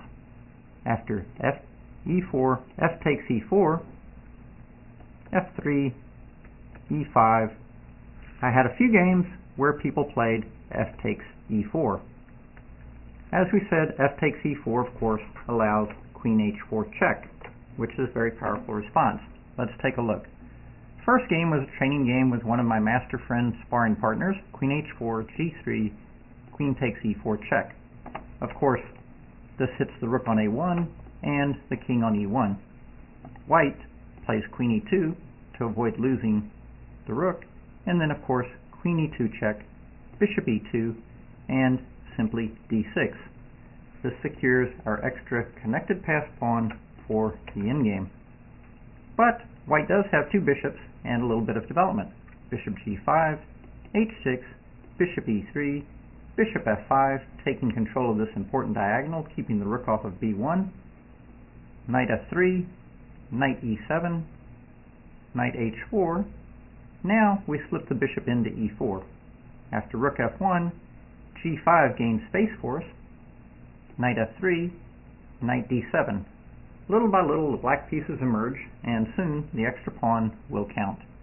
After knight d2, bishop back to f5, keeping the f-file closed, and on bishop h5 check, king d8, black had a clear advantage and went on to win in 33 moves.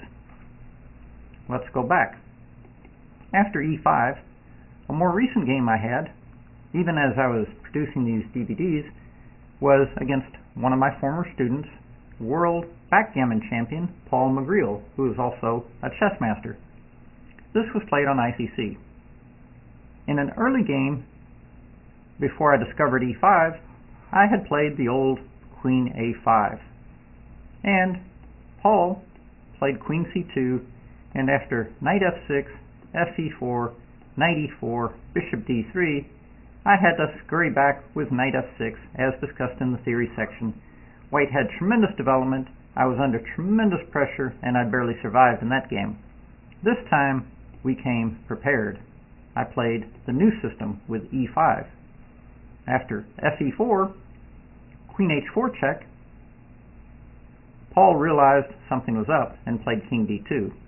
Now, of course, we could take on e4 right away, but knight f6 has also been played a few times with very good success, as we saw in the illustrative games. Here, instead of knight f3, Paul played bishop d3, trying to defend the pawn on e4.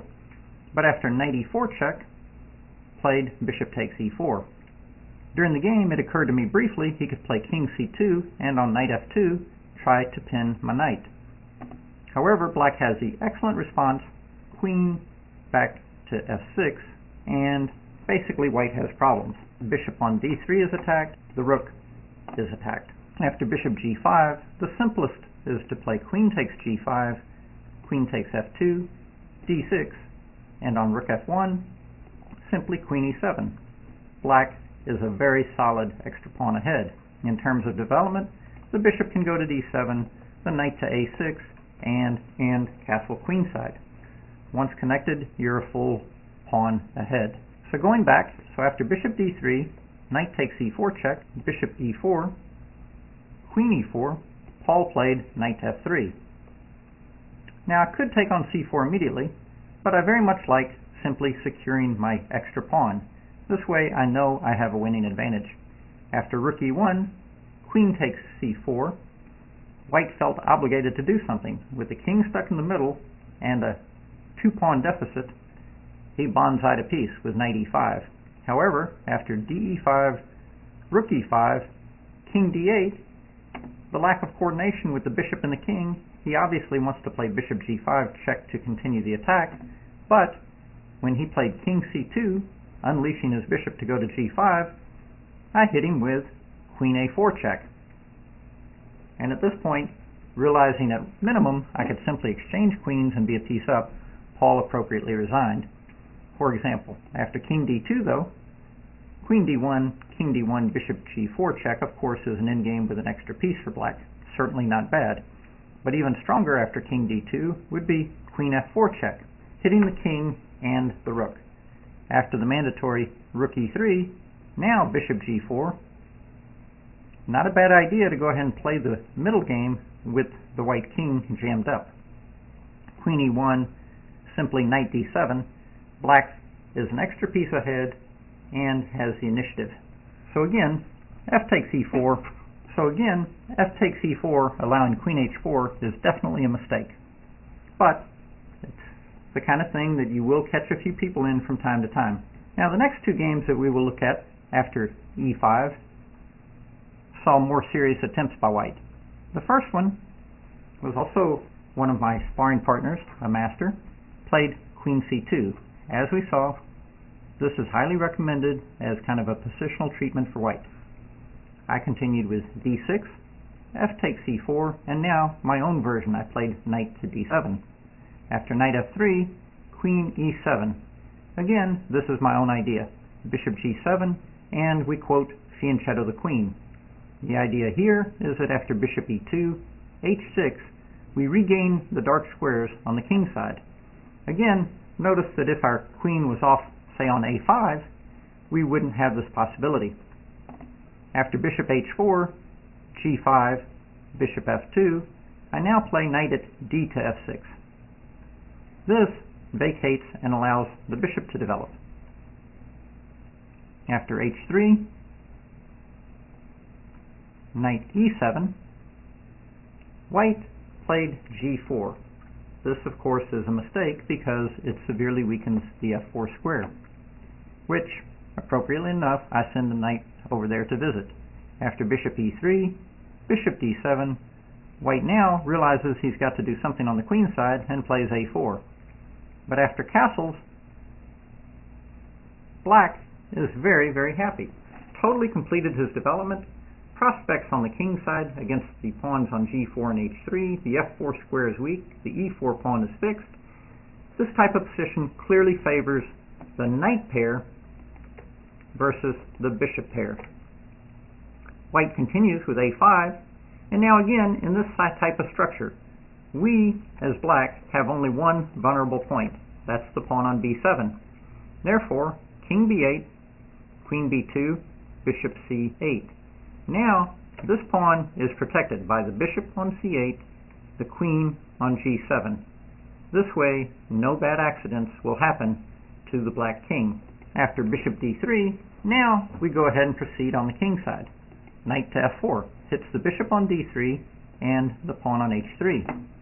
After bishop takes f4, e takes f4, king d2. Note that e5 trying to change the pawn structure was not possible because we could simply capture it. Knight e5 is not possible because of the pin along the e file. Thus, that explains why after e takes f4, white moved his king off the d file, hoping to exchange. However, notice our knight and our rook are attacking it. White played rook at h to e1, and then the very solid knight to d7 secures the blockade. After rook at a to b1, but again, note there's no threat. Even though white has the powerful looking rook and queen battery, we have the b7 square securely protected. So, we continue on with knight e5, and after knight e5, rook e5, king e2, we now play h5. This totally exploits the weak h3 g4 configuration. Note how much better our bishop on c8 is than the white bishop on d3. This is kind of a bit of the hypermodern school. Our bishop at long range has influence, whereas this bishop actually occupying a square in the center is really nothing more than a peg pawn. Notice how it's blocked in by pawns on c4, d5, and even the two kingside pawns are on the same color as this poor bishop. White has nothing better than to send his king up to try and plug up the king side. And of course note that after g takes h, we could simply play bishop takes h3, securing two connected pass pawns. The little deflection motif, h6, of course, we simply sidestep, maintaining our protection of the vital b7 square. Then, we simply drop back with bishop c8, and we start to advance these two little monsters. In the game, after king f3, simply rook h8, rook h1, rook e7, a6, b6, and in another 5 moves, white was forced to resign. The plan for black, not to mention the a6 pawn is now hanging, but the plan for black is very simple.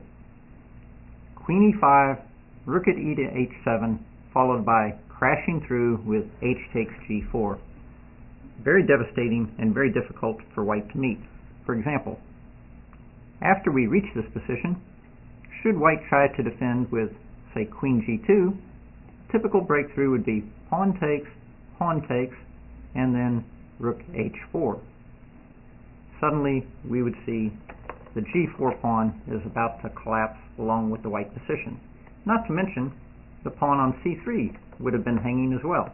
So going back to this type of position, we can see the white forces totally lack communication and points to attack, whereas the black forces have multiple points to attack in the white camp. Again, a very instructive strategical game that showed my concept of gaining space on the king side against the queen c2 variation. Now the last game I want to show you from my files is totally different. Whereas the last game was completely strategical, this game becomes an all-out slugfest. My opponent played d takes e6, and now I played my own idea. Of course knight c6 is certainly okay. I played queen h4 check, g3, and queen e7. White played bishop g2, I develop. He plays f takes e4, I develop again. After bishop g5, I give the push h6, bishop f4, and then I recapture the pawn on e6 because it hits the pawn on c4, the pawn on e4, and secures control of the e5 square as well. White played queen d3, and now g5. This forces a commitment from the bishop. After bishop d6, knight e5 is quite strong. In the game, white played bishop to e3, but after knight e5, my knight has a fantastic square, plus it hits the queen on d3 and the pawn on c4. After queen e2, the simple b6 secures the pawn on c5, and after castles, bishop to a6, black already has a very clear advantage. The white pawn structure is shattered, and the pawn on c4 is surrounded. After knight f3, play continued. Bishop takes c4, queen d2, and now I played very sharply for the attack. I played knight d3 check, king d1, and queen c6, looking to bring my queen up to join in the attack on the white king. The other possibility is I may now want to play knight takes on e4 followed by d5, just anchoring in on the center. White alertly played e5, trying to open the long diagonal. I now played knight d5, and after knight e1, again, white persists in trying to exploit the fact that I have so many pieces lined up on the long diagonal. I now played queen b5 check, king a1, and I have to start bailing out, saving my material with knight takes e3. This, of course, hits the rook on d1 and the bishop on g2. Note that queen e3, queen b2 mate is not good for white. Therefore, after knight takes e3, white grabbed the rook on a8. So I now played knight takes d1. And again, queen d1, queen b2 mate. So after knight takes d1, white eliminates my knight on d3. So now I hit him with the desperado motif. Since I'm going to be captured, I collect this one. White returned the favor with knight takes c5. Now, destroy the last of the pawn cover around the white king with knight takes a2. White played the very tricky knight to e4, threatening to fork me on d6. So now it's time to bail out. Queen takes e5 check, king b1. Of course, if white interposes the queen, probably I just exchange and I'm 3 pawns ahead. And now, castles. This timely castling hits the bishop on a8. White saves his bishop, but then the very diabolical rook f3 threatens rook to b3 check. White responded with something equally clever, knight to c5. This unleashes the bishop's attack on my rook, and the knight, for the briefest of moments, protects the b3 square. So of course, at this point, I could play queen c5, bishop f3, and queen f5 check, and collect a couple of pieces for the rook. Certainly no complaints. Note that queen c2 runs into bishop d3. However, after knight c5, I continued with rook a3. I like the idea of having all of these pieces over near the white king. And this also threatens to simply capture this knight. White continued forward with knight takes d7, hoping to get at my king. But after queen b5 check, it's the white king that has problems. In the game, white interposed the queen, but of course, after queen b5 check, king c2, queen b3 is mate. The only other alternative was king a1, but then knight c3, queen a2, rook a2 is mate. Therefore, after queen b5 check, queen b2, now of course, we could just slide the rook over and pin the queen, but I saw a different light here. Bishop to d3 check, forces the king in the corner, and then knight to b4 check, discovered check from the rook, and after queen takes a3, knight c2 check forks the king and queen. But even worse, after king a2, bishop c4 check, queen b3, and queen takes b3 mate. So on that note, I'll leave you, but you can see why I very much like the variation after e4, f takes e4, f3, e5. I totally believe in this. I've played it in several games. I've won several games. Black has had very good results, and with a bit of study, there's no reason you shouldn't play this and win many games. Believe me, e4 is a very popular response to the Dzindzi Indian, one that you're absolutely sure to face. In the theory section to 6 e4, we mentioned that white plays a very strong theoretical challenge to the opening, and this really gets right to the heart of the Dzindzi Indian, fighting for control of the e4 square.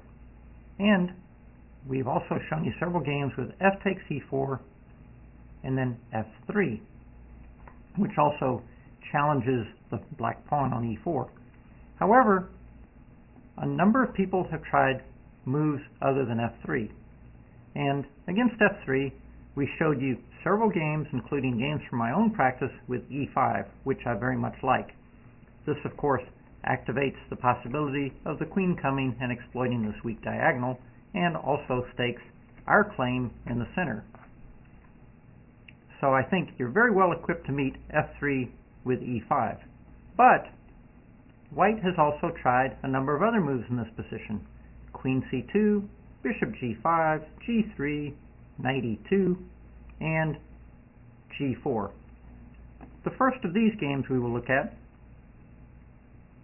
comes from the women's tournament in Serbia 2009 between Margita Jurosevich and Ana Binderak. Let's take a look. From the beginning, d4, g6, c4, bishop g7, knight c3, c5, d5, bishop takes c3 check, b takes c3, f5, white plays e4, and after fe, white now plays the very aggressive g4. There is a serious idea behind this. The pawn threatens to go to g5 and take away the f6 square from the black knight.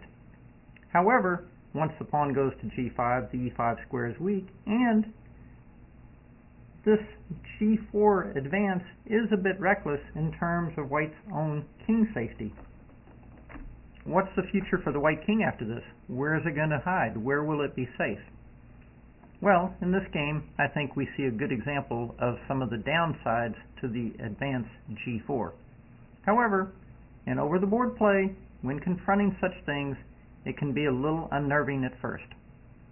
But have faith in our inherent soundness of our Dzindzi Indian. In this game, black played queen a5, and after bishop d2, simply d6. Note that the pawn on g4 is already sticking out a bit like a sore thumb. Here white played d5, and again, this does deprive the black knight of its natural development squares. Black played e5. Understandable, she wants to go ahead and get the knight to e7. However, I think borrowing a page from the Keres Scavengian Sicilian, where white plays this early g4, and levering against the pawn with h6 before the rook is defended makes a lot of sense. Note that h4, hg, hg, the rook on h1 now hangs. Therefore, with h6, black can fight for control of this g5 square. Therefore, after h6, bishop g2, for example, bishop f5, queen b3, hitting the pawn on b7, knight d7. Black has a pretty active position. Note here that, of course, taking the pawn on b7 is dangerous because rook b8. And after queen d6, king f7, knight h3, knight e5 would actually trap the queen on c6. Back to the game continuation. After g5, black played e5. Again, thematic, does create a square for the knight, but h6, getting rid of the pawn on g5, also makes a lot of sense. White played knight e2. Here, white probably missed her chance to play d takes e6, opening the board for her bishop pair, and after bishop takes e6, a move like queen b1, with a double attack on b7 and e4. This probably makes a lot of sense for white.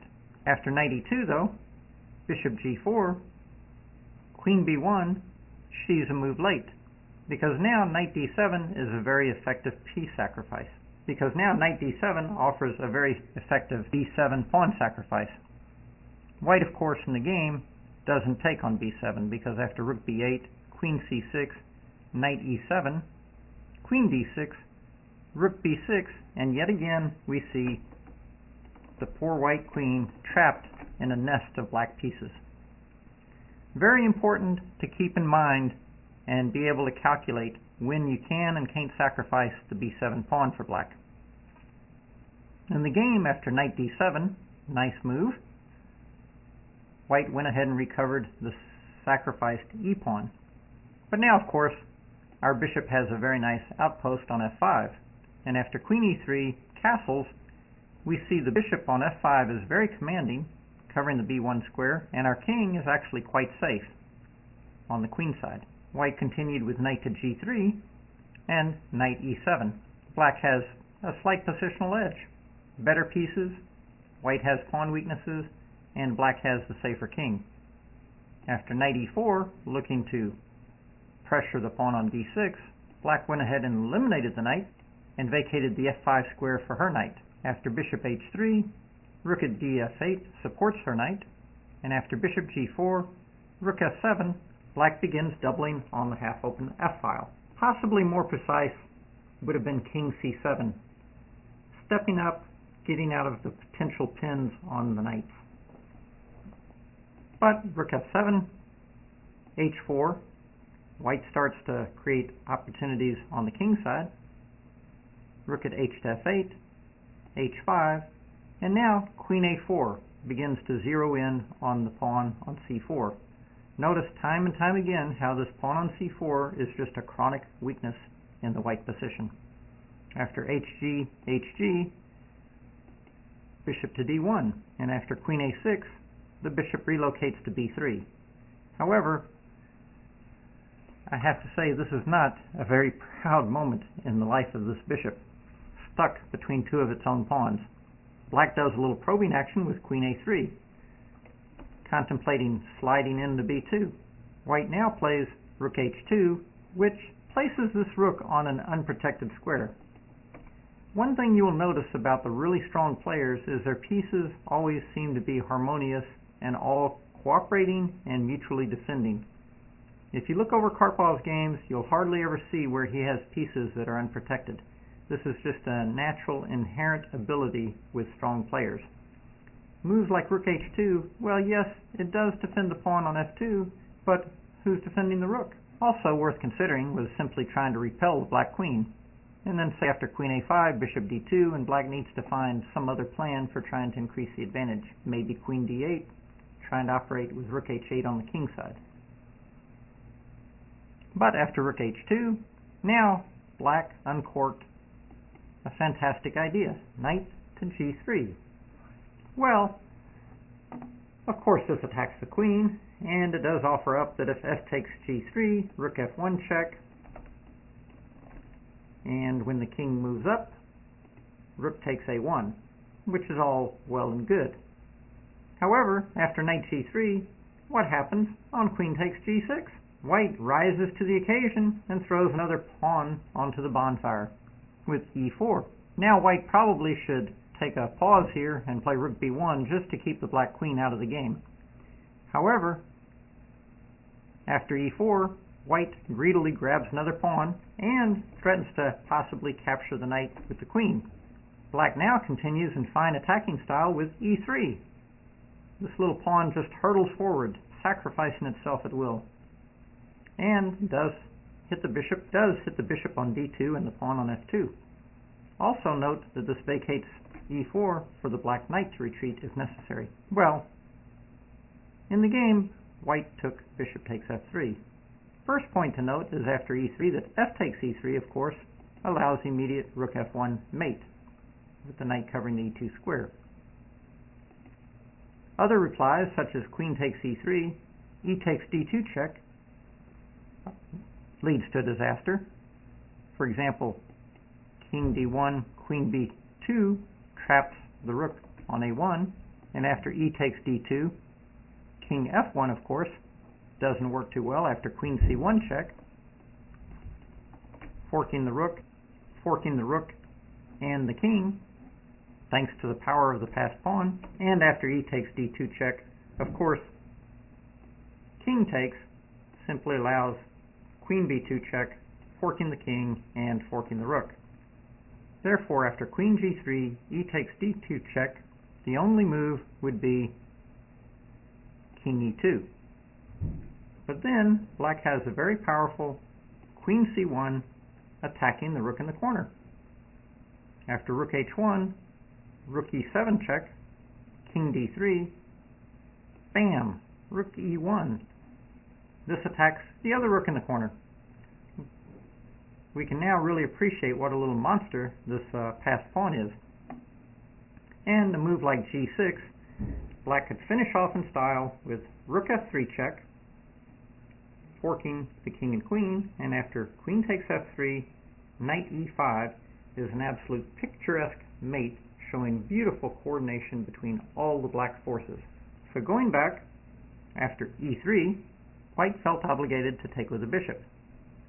However, queen b2, and we see the threat of queen e2 mate and queen takes a1 gives white no choice but to go ahead and capture the knight. Queen a1 check, king e2, queen b2 check, white plays king up to d3. But now, rook f3 attacks the bishop, attacks the queen, and of course applies an absolute pin to the bishop. After queen g4, black finished the game in style with rook takes e3 check. Note the pin on the f-pawn. Remember way back when we discussed this unprotected rook on h2? The point being not that black saw all the way to this point, but having unprotected pieces increases the likelihood of tactical accident. After king takes e3, of course f takes e3, queen takes h2 is simply the end of the story. And after rook takes e3 check, king takes e3, queen takes c3 check, king e2. After queen e5 check, we see yet again the double attack on the king and the unprotected rook on h2. White resigned. Let's do a quick recap. F takes e4 was met not with the standard f3, but rather with the aggressive g4. Black played queen a5, bishop d2, d6, and now when white voluntarily played g5, black could play h6 and chip away at the pawn. In the game, black chose e5, and white should have taken advantage of the opportunity to capture on e6, and after bishop e6, queen b1, forking the pawn on b7 and the pawn on e4. Instead, after e5, white blithely continued with knight e2, but after bishop g4, queen b1, knight d7 offered up a very nice pawn sacrifice. This is very important to remember.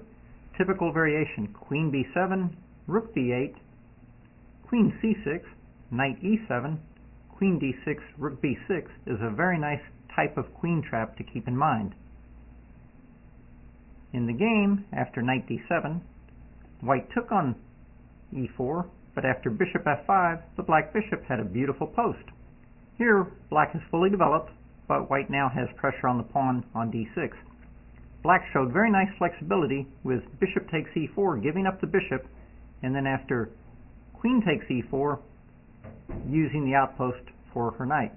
In this position, black has the knight pair versus white's bishop pair. In a blocked or semi-blocked pawn structure, especially where one side has pawn weaknesses, the knight pair tends to be more effective. Black very nicely began doubling on the f-file. White whipped up attack with h4, rook h8, and h5, but now queen a4 began zeroing in on the pawn on c4. In this position, black has a clear strategical advantage. The white bishop on b3 is pathetic. The white rooks on a1 and h2 are unprotected and uncoordinated, but black still has to break into the white position. She solved the problem with the aggressive knight to g3, lashing out at the queen. The first point, of course, is fg3 would allow rook f1 mate. Therefore, after knight g3, queen g6, she now threw more fuel on the fire with e4. And after queen d6, the beautiful e3 deflection motif. Bishop to e3 was necessary. Of course, the beautiful variation was queen g3, e takes d2 check, king e2, queen c1, when rook over would be met by rook over, king up, and rook e1, g6 with rook check, and a gorgeous mate in the middle of the board. In the game, of course, after e3, white took with the bishop, but nonetheless, after queen b2, the threat of queen a1 and queen e2 mate caused white to just give up the exchange and take on g3. Here, the exchange up, but white does have some chances with the passed g-pawn. Black finished the case off very nicely with rook takes e3 check. The point was that after king takes e3, queen c3 check, king e5, queen e5 check, she forked the king and the unprotected rook. A beautiful, strategical, and tactical masterpiece by the young lady Anna Benderak playing black. Another game we will look at where white plays 6e4 but then does not follow up with the immediate 7f3 is John Calder against Eric Grabowski. This was played in the internet tournament in 2004. d4, c5. Now notice that we get here from an interesting move order, and this might actually be a possibility worth considering to play d4, c5. d5, g6, c4, bishop g7, knight c3, bishop takes c3 check, b takes c3, f5, again fighting for control of the e4 square, e4, challenging us, f takes e4, and now white plays an interesting idea. Bishop g5. This threatens d6, putting immediate pressure on the pawn on e7. Black plays queen a5, pressuring the pawn on c3. White, of course, plays queen c2. Queen b3 is worth considering. And now d6, stopping the disruptive advance of the white d-pawn. Knight e2, probably thinking to come around and recoup the pawn. Knight f6. Now white surrenders his bishop pair with bishop takes f6, e takes f6, and queen e4 check. I've had many players play like this with white, where they give up their bishop on f6, sometimes even doubling your pawns, and they get this queen on the e-file check, and they feel like they've really accomplished something. Well, actually they have. They've accomplished accepting the worst pawn structure with these split pawns on the queen side, these weak pawns on c3 and c4, in return for absolutely no compensation whatever. In addition, after king to f7, it's pretty clear they've actually opened the e-file, and black quite often is first one to take advantage. But it's very interesting watching players when they take on f6 and take on e4 check and feel very proud of themselves. In this game, white continued with g3, but after rook e8, it's clear who is benefiting from the open e-file. Queen to d3, another hammer shot with bishop f5, and after queen d2, one more blow with bishop e4. After rook g1, white now played queen a4. Black now played queen a4. Although, to tell the truth, I think continued development with knight d7 and the threat of knight e5 is just absolutely devastating. And as usual, if white has to play f4, that's a huge concession. The e4 square has now been weakened permanently, and black would just continue on knight to b6, business as usual anyway. You can see, for example, a few more moves. After knight c1, queen a4, king f2, knight c4, bishop c4, queen c4, black has an extra pawn, d5 is hanging, and just a completely dominant control of the e-file, everything you could possibly imagine. After only 20 moves, 19 moves. But anyway, after rook g1, queen a4 certainly is not a bad move, puts pressure on the pawn on c4. White hurried to play bishop h3 to try and keep the knight off of d7, and now, instead of snatching the pawn on c4, which is certainly okay, black played a very strong move, f5. Again, this creates the powerful threat of knight to d7, knight to e5, and from there, both c4 and f3 and d3 all beckon. After queen b2, white cherishes some hopes of capturing on b7 with check. Black just simply ignored him and played bishop to f3, piling on the pinned piece. Of course, queen b7, knight d7, bishop f1, rook at a to b8, queen c6, and queen c2 just simply overpowers the poor knight on e2. Of course, after queen d7, the simple king back to g8, and it's lights out on the e2 square. After the powerful bishop f3, white dropped back to defend the knight, but then the black knight enters the game. Of course, queen takes c4 was also quite crushing, simply piling on the pin piece. But knight d7, powerful development, nothing wrong with that. Queen b3, white hopes to get some salvation by exchanging queens. However, queen to a6 was the order of the day, maintaining the pressure on the c4 pawn. And after the desperate g4, black went for rook e4, preparing to double rooks on the open file. Of course, after g4, there was absolutely nothing wrong with the splat rook takes e2, bishop e2, and rook e8, with an absolute overwhelming position. For example, castles, rook e2, gf5, rook takes a2, fg6, hg6, and white has a position that can only be described as a disaster. But in the game, rook e4 was also very powerful. After gf5, simple brute force power chess with rook at a to e8, and the knight on e2 is just overwhelmed. After fg6, hg6, castles, bishop e2, rook e2, black has a solid extra piece, an overwhelming material advantage, and for our purposes, that's the end of the game. Although, for the record, white did struggle on to move 68. How he survived that long is absolutely amazing to me. But nonetheless, let's do a recap. What happened in this game? Well, bishop g5, white played queen a5, hitting the pawn on c3. And on queen c2, d6, knight e2 now protects the pawn on c3 with a view towards maybe recapturing the pawn on e4. Knight f6. After knight f6, white gave up his bishop pair with bishop f6, ef6, queen e4 check. This is a mistake that I find people make quite often. They think this check is very powerful. They feel like they've really done something. However, as in this game, after king f7, suddenly we see it's the black rook that swings to the e-file with powerful effect.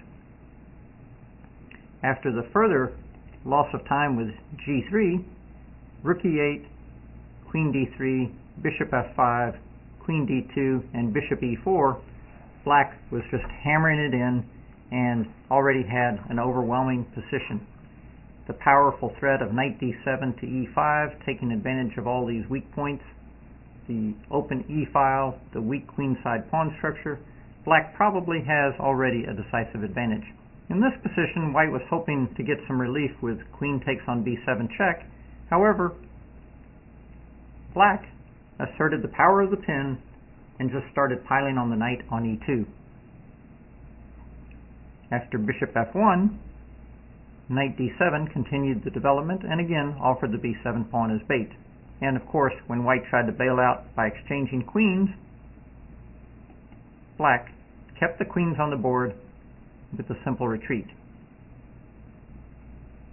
And white's desperation with g4 was met by the simple rook e4, g takes f5, rook at a to e8, simply winning the pin piece on e2. Game, set, and match. The next game we will look at with e4 without white playing an early f3 is from my own practice. Here I'm playing a training game against one of my sparring partners who is a very strong U.S. master. When you're playing a strong player, it takes a lot to overcome them. As you can see, we reach the Dzindzi Indian by an unusual move order, and after e4, bishop takes c3 check, b takes c3, f takes e4. Now, white plays something slightly different. We've already seen g4, bishop g5, and of course the main move f3. White now plays knight to e2.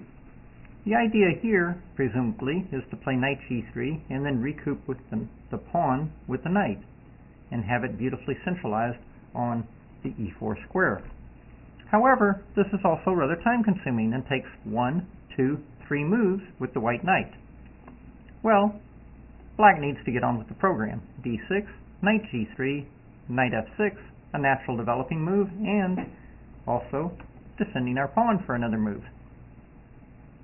Bishop to h6, this prevents kingside castling. and creates a possibility I have to constantly be aware of bishop g7 followed by bishop takes f6 in some potentially unfavorable situation. Queen a5 develops the queen, and after queen c2, the normal move here would be knight bd7. And in fact, the game Boris Dzindzi versus Dmitry Losev from the Russian Cup in Moscow 1996, knight bd7 was played. But the problem with knight bd7 is that the bishop on c8 is now feeling a bit congested and boxed in, which means the knight will have to move again.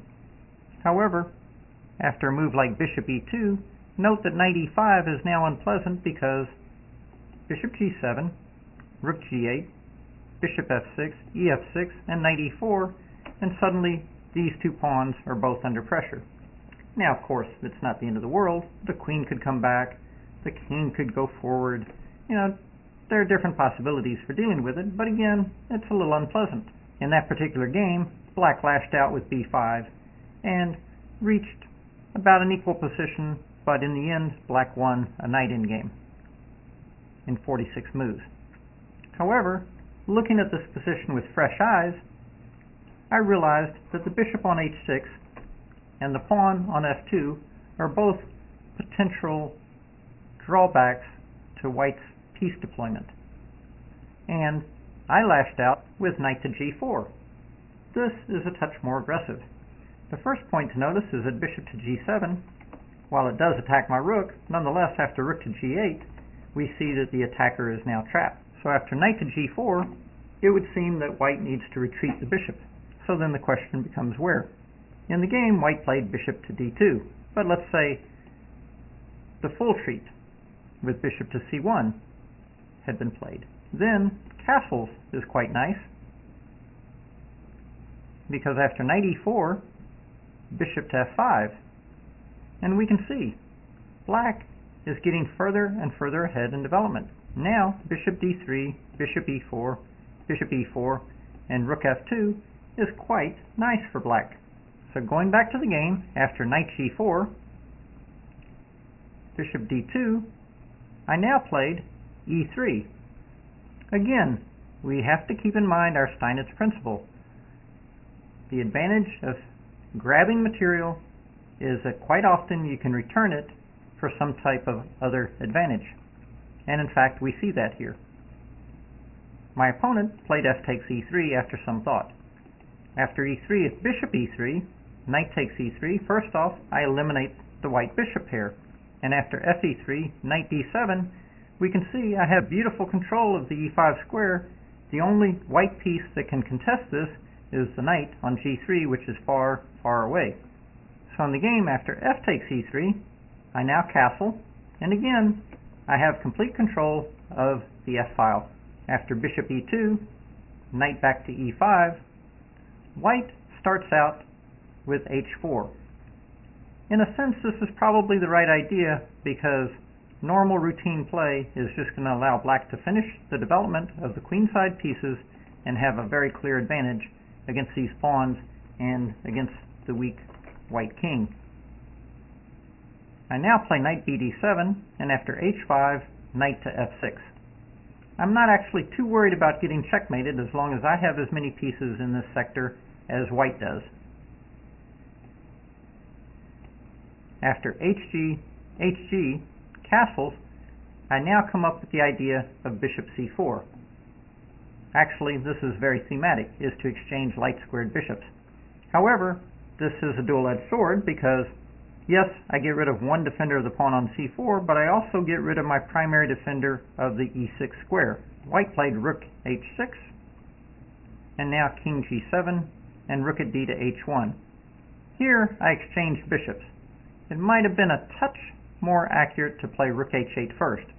Basically, I want to exchange all the rooks, reduce the possibility of my king getting checkmated, and then proceed to operate on all these weak white pawns that are laying about. But I was in a rush to exchange bishops because I felt that would help me work on this pawn on c4. After knight takes and rook h8, my opponent came up with a very imaginative idea. Knight to d4. The first point is that if I take this knight, plays a surprising capture e takes, and suddenly the bishop protects the rook on h6, this pawn on d4 attacks my knight on e5, and the queen is suddenly opened up for an attack on g6. For example, now, if I play knight to g4, rook h8, rook h8, rook takes, king takes, d5, knight e5, white can continue with bishop to e3. The bishop will now find a very nice home on d4, and my king is still a bit drafty. So after this very imaginative, but somewhat thematic type sacrifice by white, I exchange rooks, knight e6 check, and now I play king h7. And after knight g5 check, I dance back with my king, and then after rook takes, my king comes back up to attack the white rook. After rook h3, I now offer the exchange of the second pair of rooks. The knight comes in to bother my king with check, king g8, rook takes, and now knight f8. This hopping knight is driving me bonkers, but I chase him down with king g7, knight e6 check, king f7, knight c5 check, and now I run away, safe over to the queen side. But he's not done with me. This knight comes back, and after king d7, knight f8 check, king c7, white finally captures the pawn on g6 and contests my beautiful knight on e5. But after the exchange, knight takes, and queen takes a2, we now have a queen plus knight versus queen plus bishop ending, which is highly favorable to the queen and knight combo, as they're better suited for attacking weak pawns, such as the pawn on c4, the pawn on d5, and these pawns. The game continued with queen d3. But when we talk about the queen plus knight endgame, I'd like to show you an example of what I mean. For example, suppose queen f7, trying to attack my pawn on e7. Here, a typical variation would be king d7, queen e6 check, king d8, e4, queen takes c4, e5, and now knight e4. The knight in the center of the board is very dominant. After ed, g4, queen d3, we see the power of the queen and knight cooperating. After bishop e1, king c7, queen e7 check, king b6, queen d8, king a6, my king is very safe. However, the white king is still exposed. A move like g5, queen e2, and we see the total dominant power of the queen and the knight. Notice now that bishop h4 allows check, check, and mate. This is fairly thematic play and very instructive and very important to understand which type of endgames are good for black in the Dzindzi Indian. But going back, my opponent retreated with queen to d3. After I took on a2, white retreated with queen to d3. But now, a5, and suddenly I have a very clear plan. The advance of the passed a pawn, e4, a4, and again my opponent played alertly. Routine play simply leads to a routine loss for white at this point. White played e5, breaking up my pawns and trying to create counter chances. I took on e5, and now queen to f5, threatening to capture on e5 with check. Knight to d7, but now with my knight gone, the white g-pawn advances. However, black gets there first with a3. I now have the simple threat of queen b2 check, king d1, and a2. Again, we see the power of the passed a-pawn. In order to prevent my threat, white has to run back with the queen. But now, I capture the pawn on c4. This hits the pawn on g4 and the pawn on d5. White scurries over with the king to try and get the a-pawn under control. And now it's time to activate the knight. White continues with bishop c1, getting rid of the monster on a3, but now knight d5, bishop a3, knight c3 check reduces the game down to a winning endgame. Now, after king b2 check, I now seize the opportunity to go ahead and liquidate into a winning queen and pawn ending with queen a2 check. King c3, queen takes a3 check. Now normally 3 pawns up and a queen and pawn ending wouldn't be a problem, and this one is not. Simply queen b4 check, king c1, queen f4 check, king b1, and b6 takes care of business. My e-pawn will go to e4, I have 2 extra pawns over here, and my e-pawn will be just as dangerous as this pawn.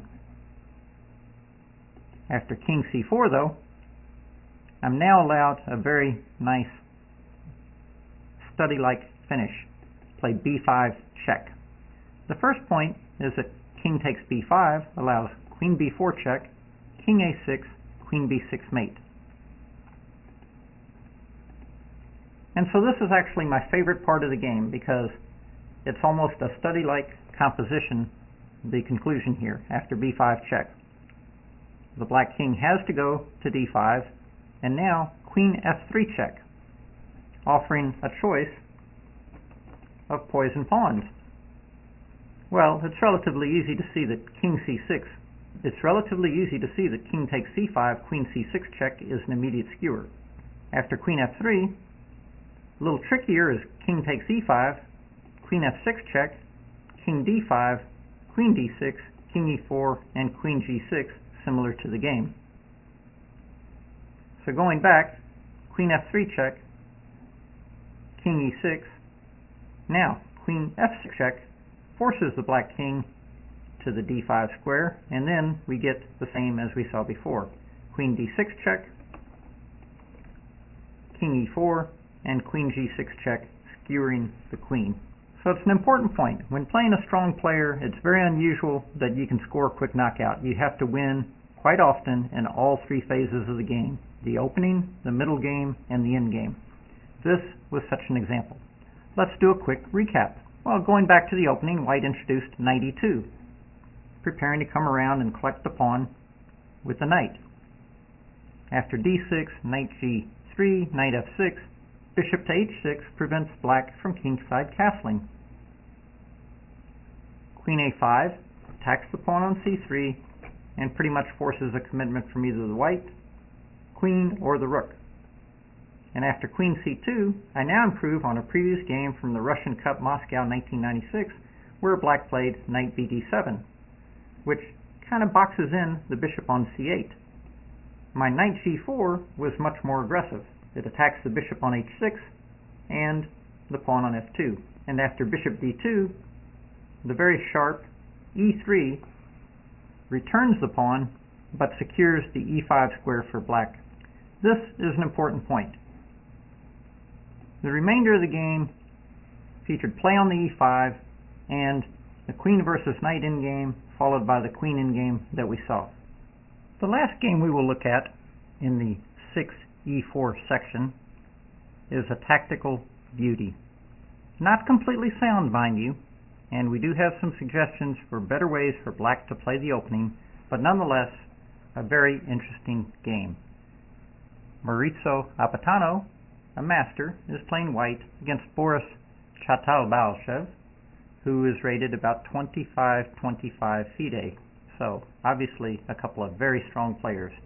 d4, g6, c4, bishop g7, knight c3, c5, d5, bishop takes c3, bc3, f5.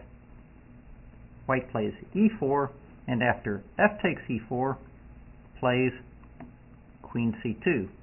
Now, of course, f3 is the main move, and we covered that rather extensively. We've also seen g4, which is a bit aggressive and weakens the white king side, and we also saw bishop to g5, as well as the slower paced knight e2. So here, white plays queen c2. And this is very tricky, because now when black plays the very natural knight to f6, white does very well to play f3. Less effective after knight f6 was bishop to h6, which was very nicely met by a similar maneuver to what we saw in my game with knight g4. After bishop g5, castles, again, we see this combination of exploiting the weakness on f2. That game worked out quite well for black. After knight h3, d6, bishop e2, knight e5, queen takes e4, bishop h3, g takes h3, knight f6, white played the aggressive f4, only to discover that after knight f7, he could not capture on e7 due to the powerful rook e8, bishop d8, rook e4, bishop h4, rook at a to e8, simply winning the pinned piece on e2. A very familiar story. So in that game after knight f7 castles, knight takes g5, fg5, knight e5, black stood clearly better, and it's absolutely amazing to me that white was able to draw this game in 33 moves. In fact, after rook f8 check, queen takes f8, I probably would have considered taking with the king. Why? Because after rook f8 check, then I save a tempo and I get my king up to g7, freeing my queen to come to either b6 or to a5 and begin operations. Of course, I'll probably want to play rook f8 at some moment just to offer the exchange of rooks. Anyway, coming back to our current game, black played knight f6, and white very astutely played f3. And exactly the problem that we see in the earlier variation, black played what I consider to be dubious, the queen a5, and after f takes e4, didn't want to go in for knight takes e4, so now played d6. So going back after f3, how should black play? Well, you have two choices here. Instead of queen a5, you could play d6, and after f takes e, play knight d7, and start to head for either the Roman barricade or the idea that I showed with knight e5. That would be one choice. The other choice would be after f3, would be to go ahead and play e5 anyway. White has a choice. White could either play f takes e4, and after d6, we then follow with queen to e7 to g7, and maybe knight d7, and so forth, with our plan of playing on the king side. White's other choice would be to take on e6, but then, after a move like queen e7, if pawn takes pawn, we get a similar position to what we saw before, and black has very good counterplay. Knight c6, this bishop can either go b6 and bishop to a6, the pawns on e4 and c4 are very weak. You know, black has good chances. But what I don't like is that after queen a5, fe4, d6, knight f3, black has managed to transpose into kind of a bad variation from what we saw before. After knight dd7 though, white should probably just go ahead and play bishop d3. Instead, white played bishop e2. Black decided to go in for complications now with knight takes e4, because of course queen e4, queen c3, king f2, queen a1, bishop g5, it looks impressive, the attack on the queen, the threat of mate on e7. However, with the calm, cool, and collected queen g7, black solves both problems and maintains his material advantage. He is now ready to play knight f6 and maybe even castle kingside. So going back after knight e4, bishop to d3. Black now has a difficult choice. Grabbing the c3 pawn, of course, with queen takes, knight takes, and bishop to b2 is not very appetizing. The other choice, retreating the knight, after bishop d3, retreating the knight back to f6, castles, and white has a very dangerous attack. For example, knight g4 is already met by bishop g6, hg6, queen g6, king d8, and queen g4 with a pretty overwhelming advantage for white.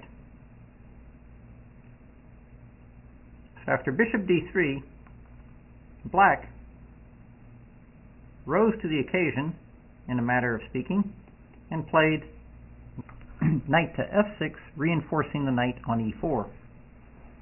And here, white played a very interesting and unusual move, bishop to b2, which of course is absolutely ugly from a positional point of view, but from a tactical point of view, it's quite astute, because it protects the pawn on c3, thus leaving the knight on e4 rather trapped with no retreat.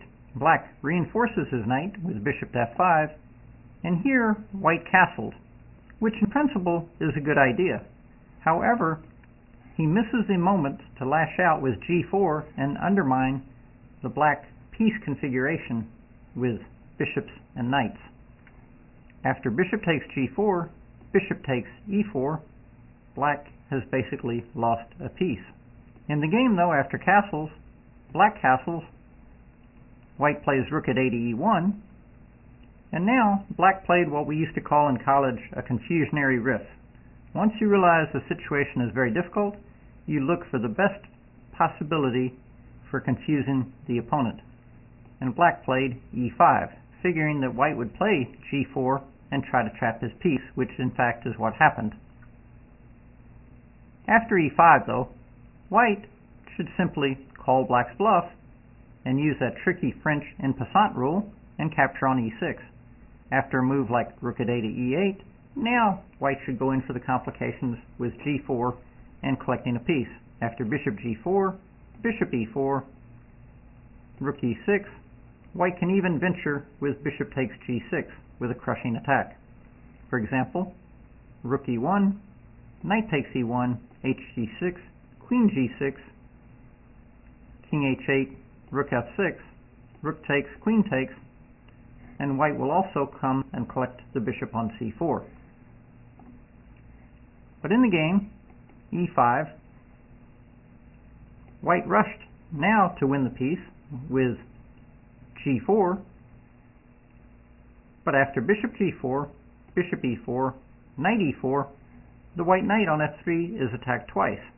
Thus, queen takes e4 was necessary, but now rook f4, and suddenly we see the point of e5 is that black now has the f4 base for his pieces to operate on. After queen e3, the white queen needs to stay close to defend the knight. Queen a2, and suddenly things are not so bad for black. He actually has 3 pawns for the piece, an open file and an active bishop and an active queen, and a weak pawn on c4 as usual to attack. Note that the attack is also on the bishop, so after bishop c1, bishop h3, the white rook on f1 is under pressure. White now throws in rook e2, attacking the queen. Black plays queen takes c4, collecting a 4th pawn for his piece, and after rook at f to f2, rook at a to f8. Black now has total control of the f-file, a fantastic bishop, closing in very close on the white king, an active queen, 4 pawns, and the pawn on d5 is weak as well. White now played knight d2, hoping that the discovered attack on the bishop and the attack on the queen would net some material. However, this is the moment in the game I like. Black played rook takes on f2. The point being that if knight c4, rook f1 check is mate. After rook takes f2, rook takes f2, queen g4 check, white had had enough. The simple point being that if queen g3, queen d1 check, knight f1, the beautiful queen takes f1 check, rook takes, and rook takes f1 with a pure rook plus bishop mate. Okay, let's do a quick recap. After f takes e4, white introduced queen c2. Black played the very flexible knight f6, protecting the pawn on e4, and now white astutely played f3. Here, black fell into a bad transposition and played queen a5. Again, I would prefer either d6 or e5. In both cases, keeping the queen close to the king side because action is happening in the center. Nonetheless, after queen a5, fe4, d6, knight f3, we've fallen into a variation where the black queen is a bit offsides in my view. Black, at this point, instead of playing knight to g4 and heading for the Roman barricade, now played knight takes e4, the speculative grab of a pawn, and after bishop d3, reinforced his knight with knight at d to f6. And here, white played the very beautiful but very ugly bishop to b2. It's ugly from a positional point of view, but it's beautiful from a tactical point of view because it leaves the black knight on e4 stranded. At this point, black is in trouble. He reinforced his knight with bishop to f5, and here white missed the first opportunity with g4 to undermine the whole configuration and obtain a decisive advantage. Instead, white castled, and after black castled, white played rook at e1, which is also quite effective. Again applying more pressure on the trapped knight on e4. Black played the confusing looking e5, and white, instead of taking pawn takes pawn en passant, again with a decisive advantage, followed by rook at e8 and then g4, white played, after e5, the immediate g4.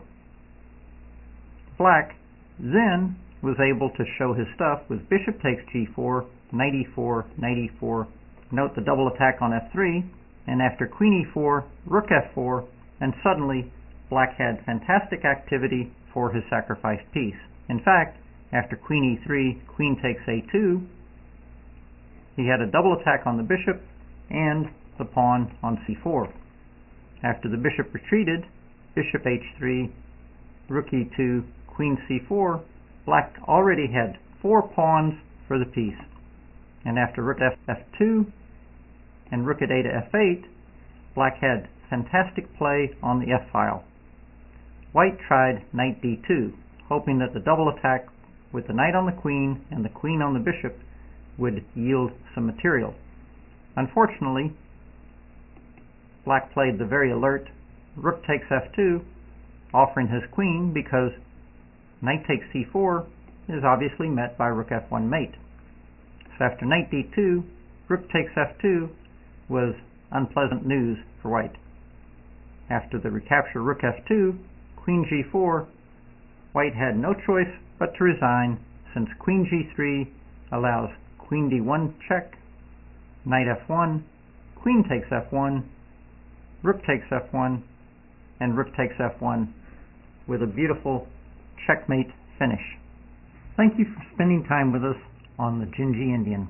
So far, on this first video, we've looked at d4, g6, c4, bishop g7, knight c3, c5, d5, bishop takes c3 check, b takes c3, f5. Of the white 6-move alternative, we've looked at the passive approach, e3. We've looked at the kingside fianchetto with g3, and we've also looked at f3, preparing for e4. In volume 3, we will look at h-file action with h4, at one time thought to be the positional or strategical refutation. Also in volume 3, we will cover the combined e4, for example, f takes e4 and h4, when white combines e4 and h4 type action. In future volumes, we will cover preparing for g4, for example with h3. We will also cover the g4 gambit, the d-pawn push, and we will look at the knight developments, the normal knight development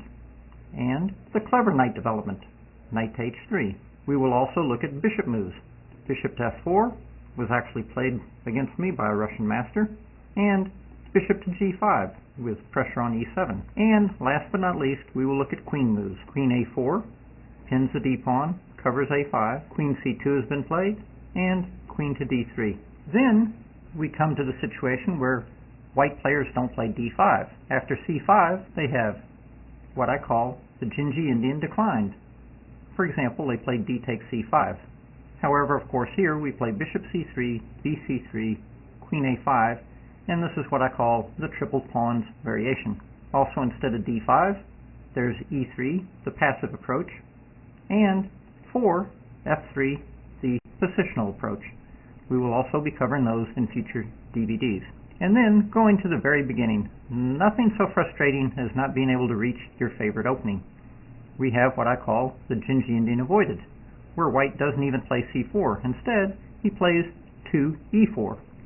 Of course, we will have some suggestions for you as to what I like to play and look at some games and so forth. There's also 2 knight f3, and then you have your dyed-in-the-wool queen pawn players who basically play d4 and bishop g5 against anything, kind of called the queen pawn bishop attack. We will be looking at all of those in future videos. Thank you again for spending time with us on the Dzindzi Indian.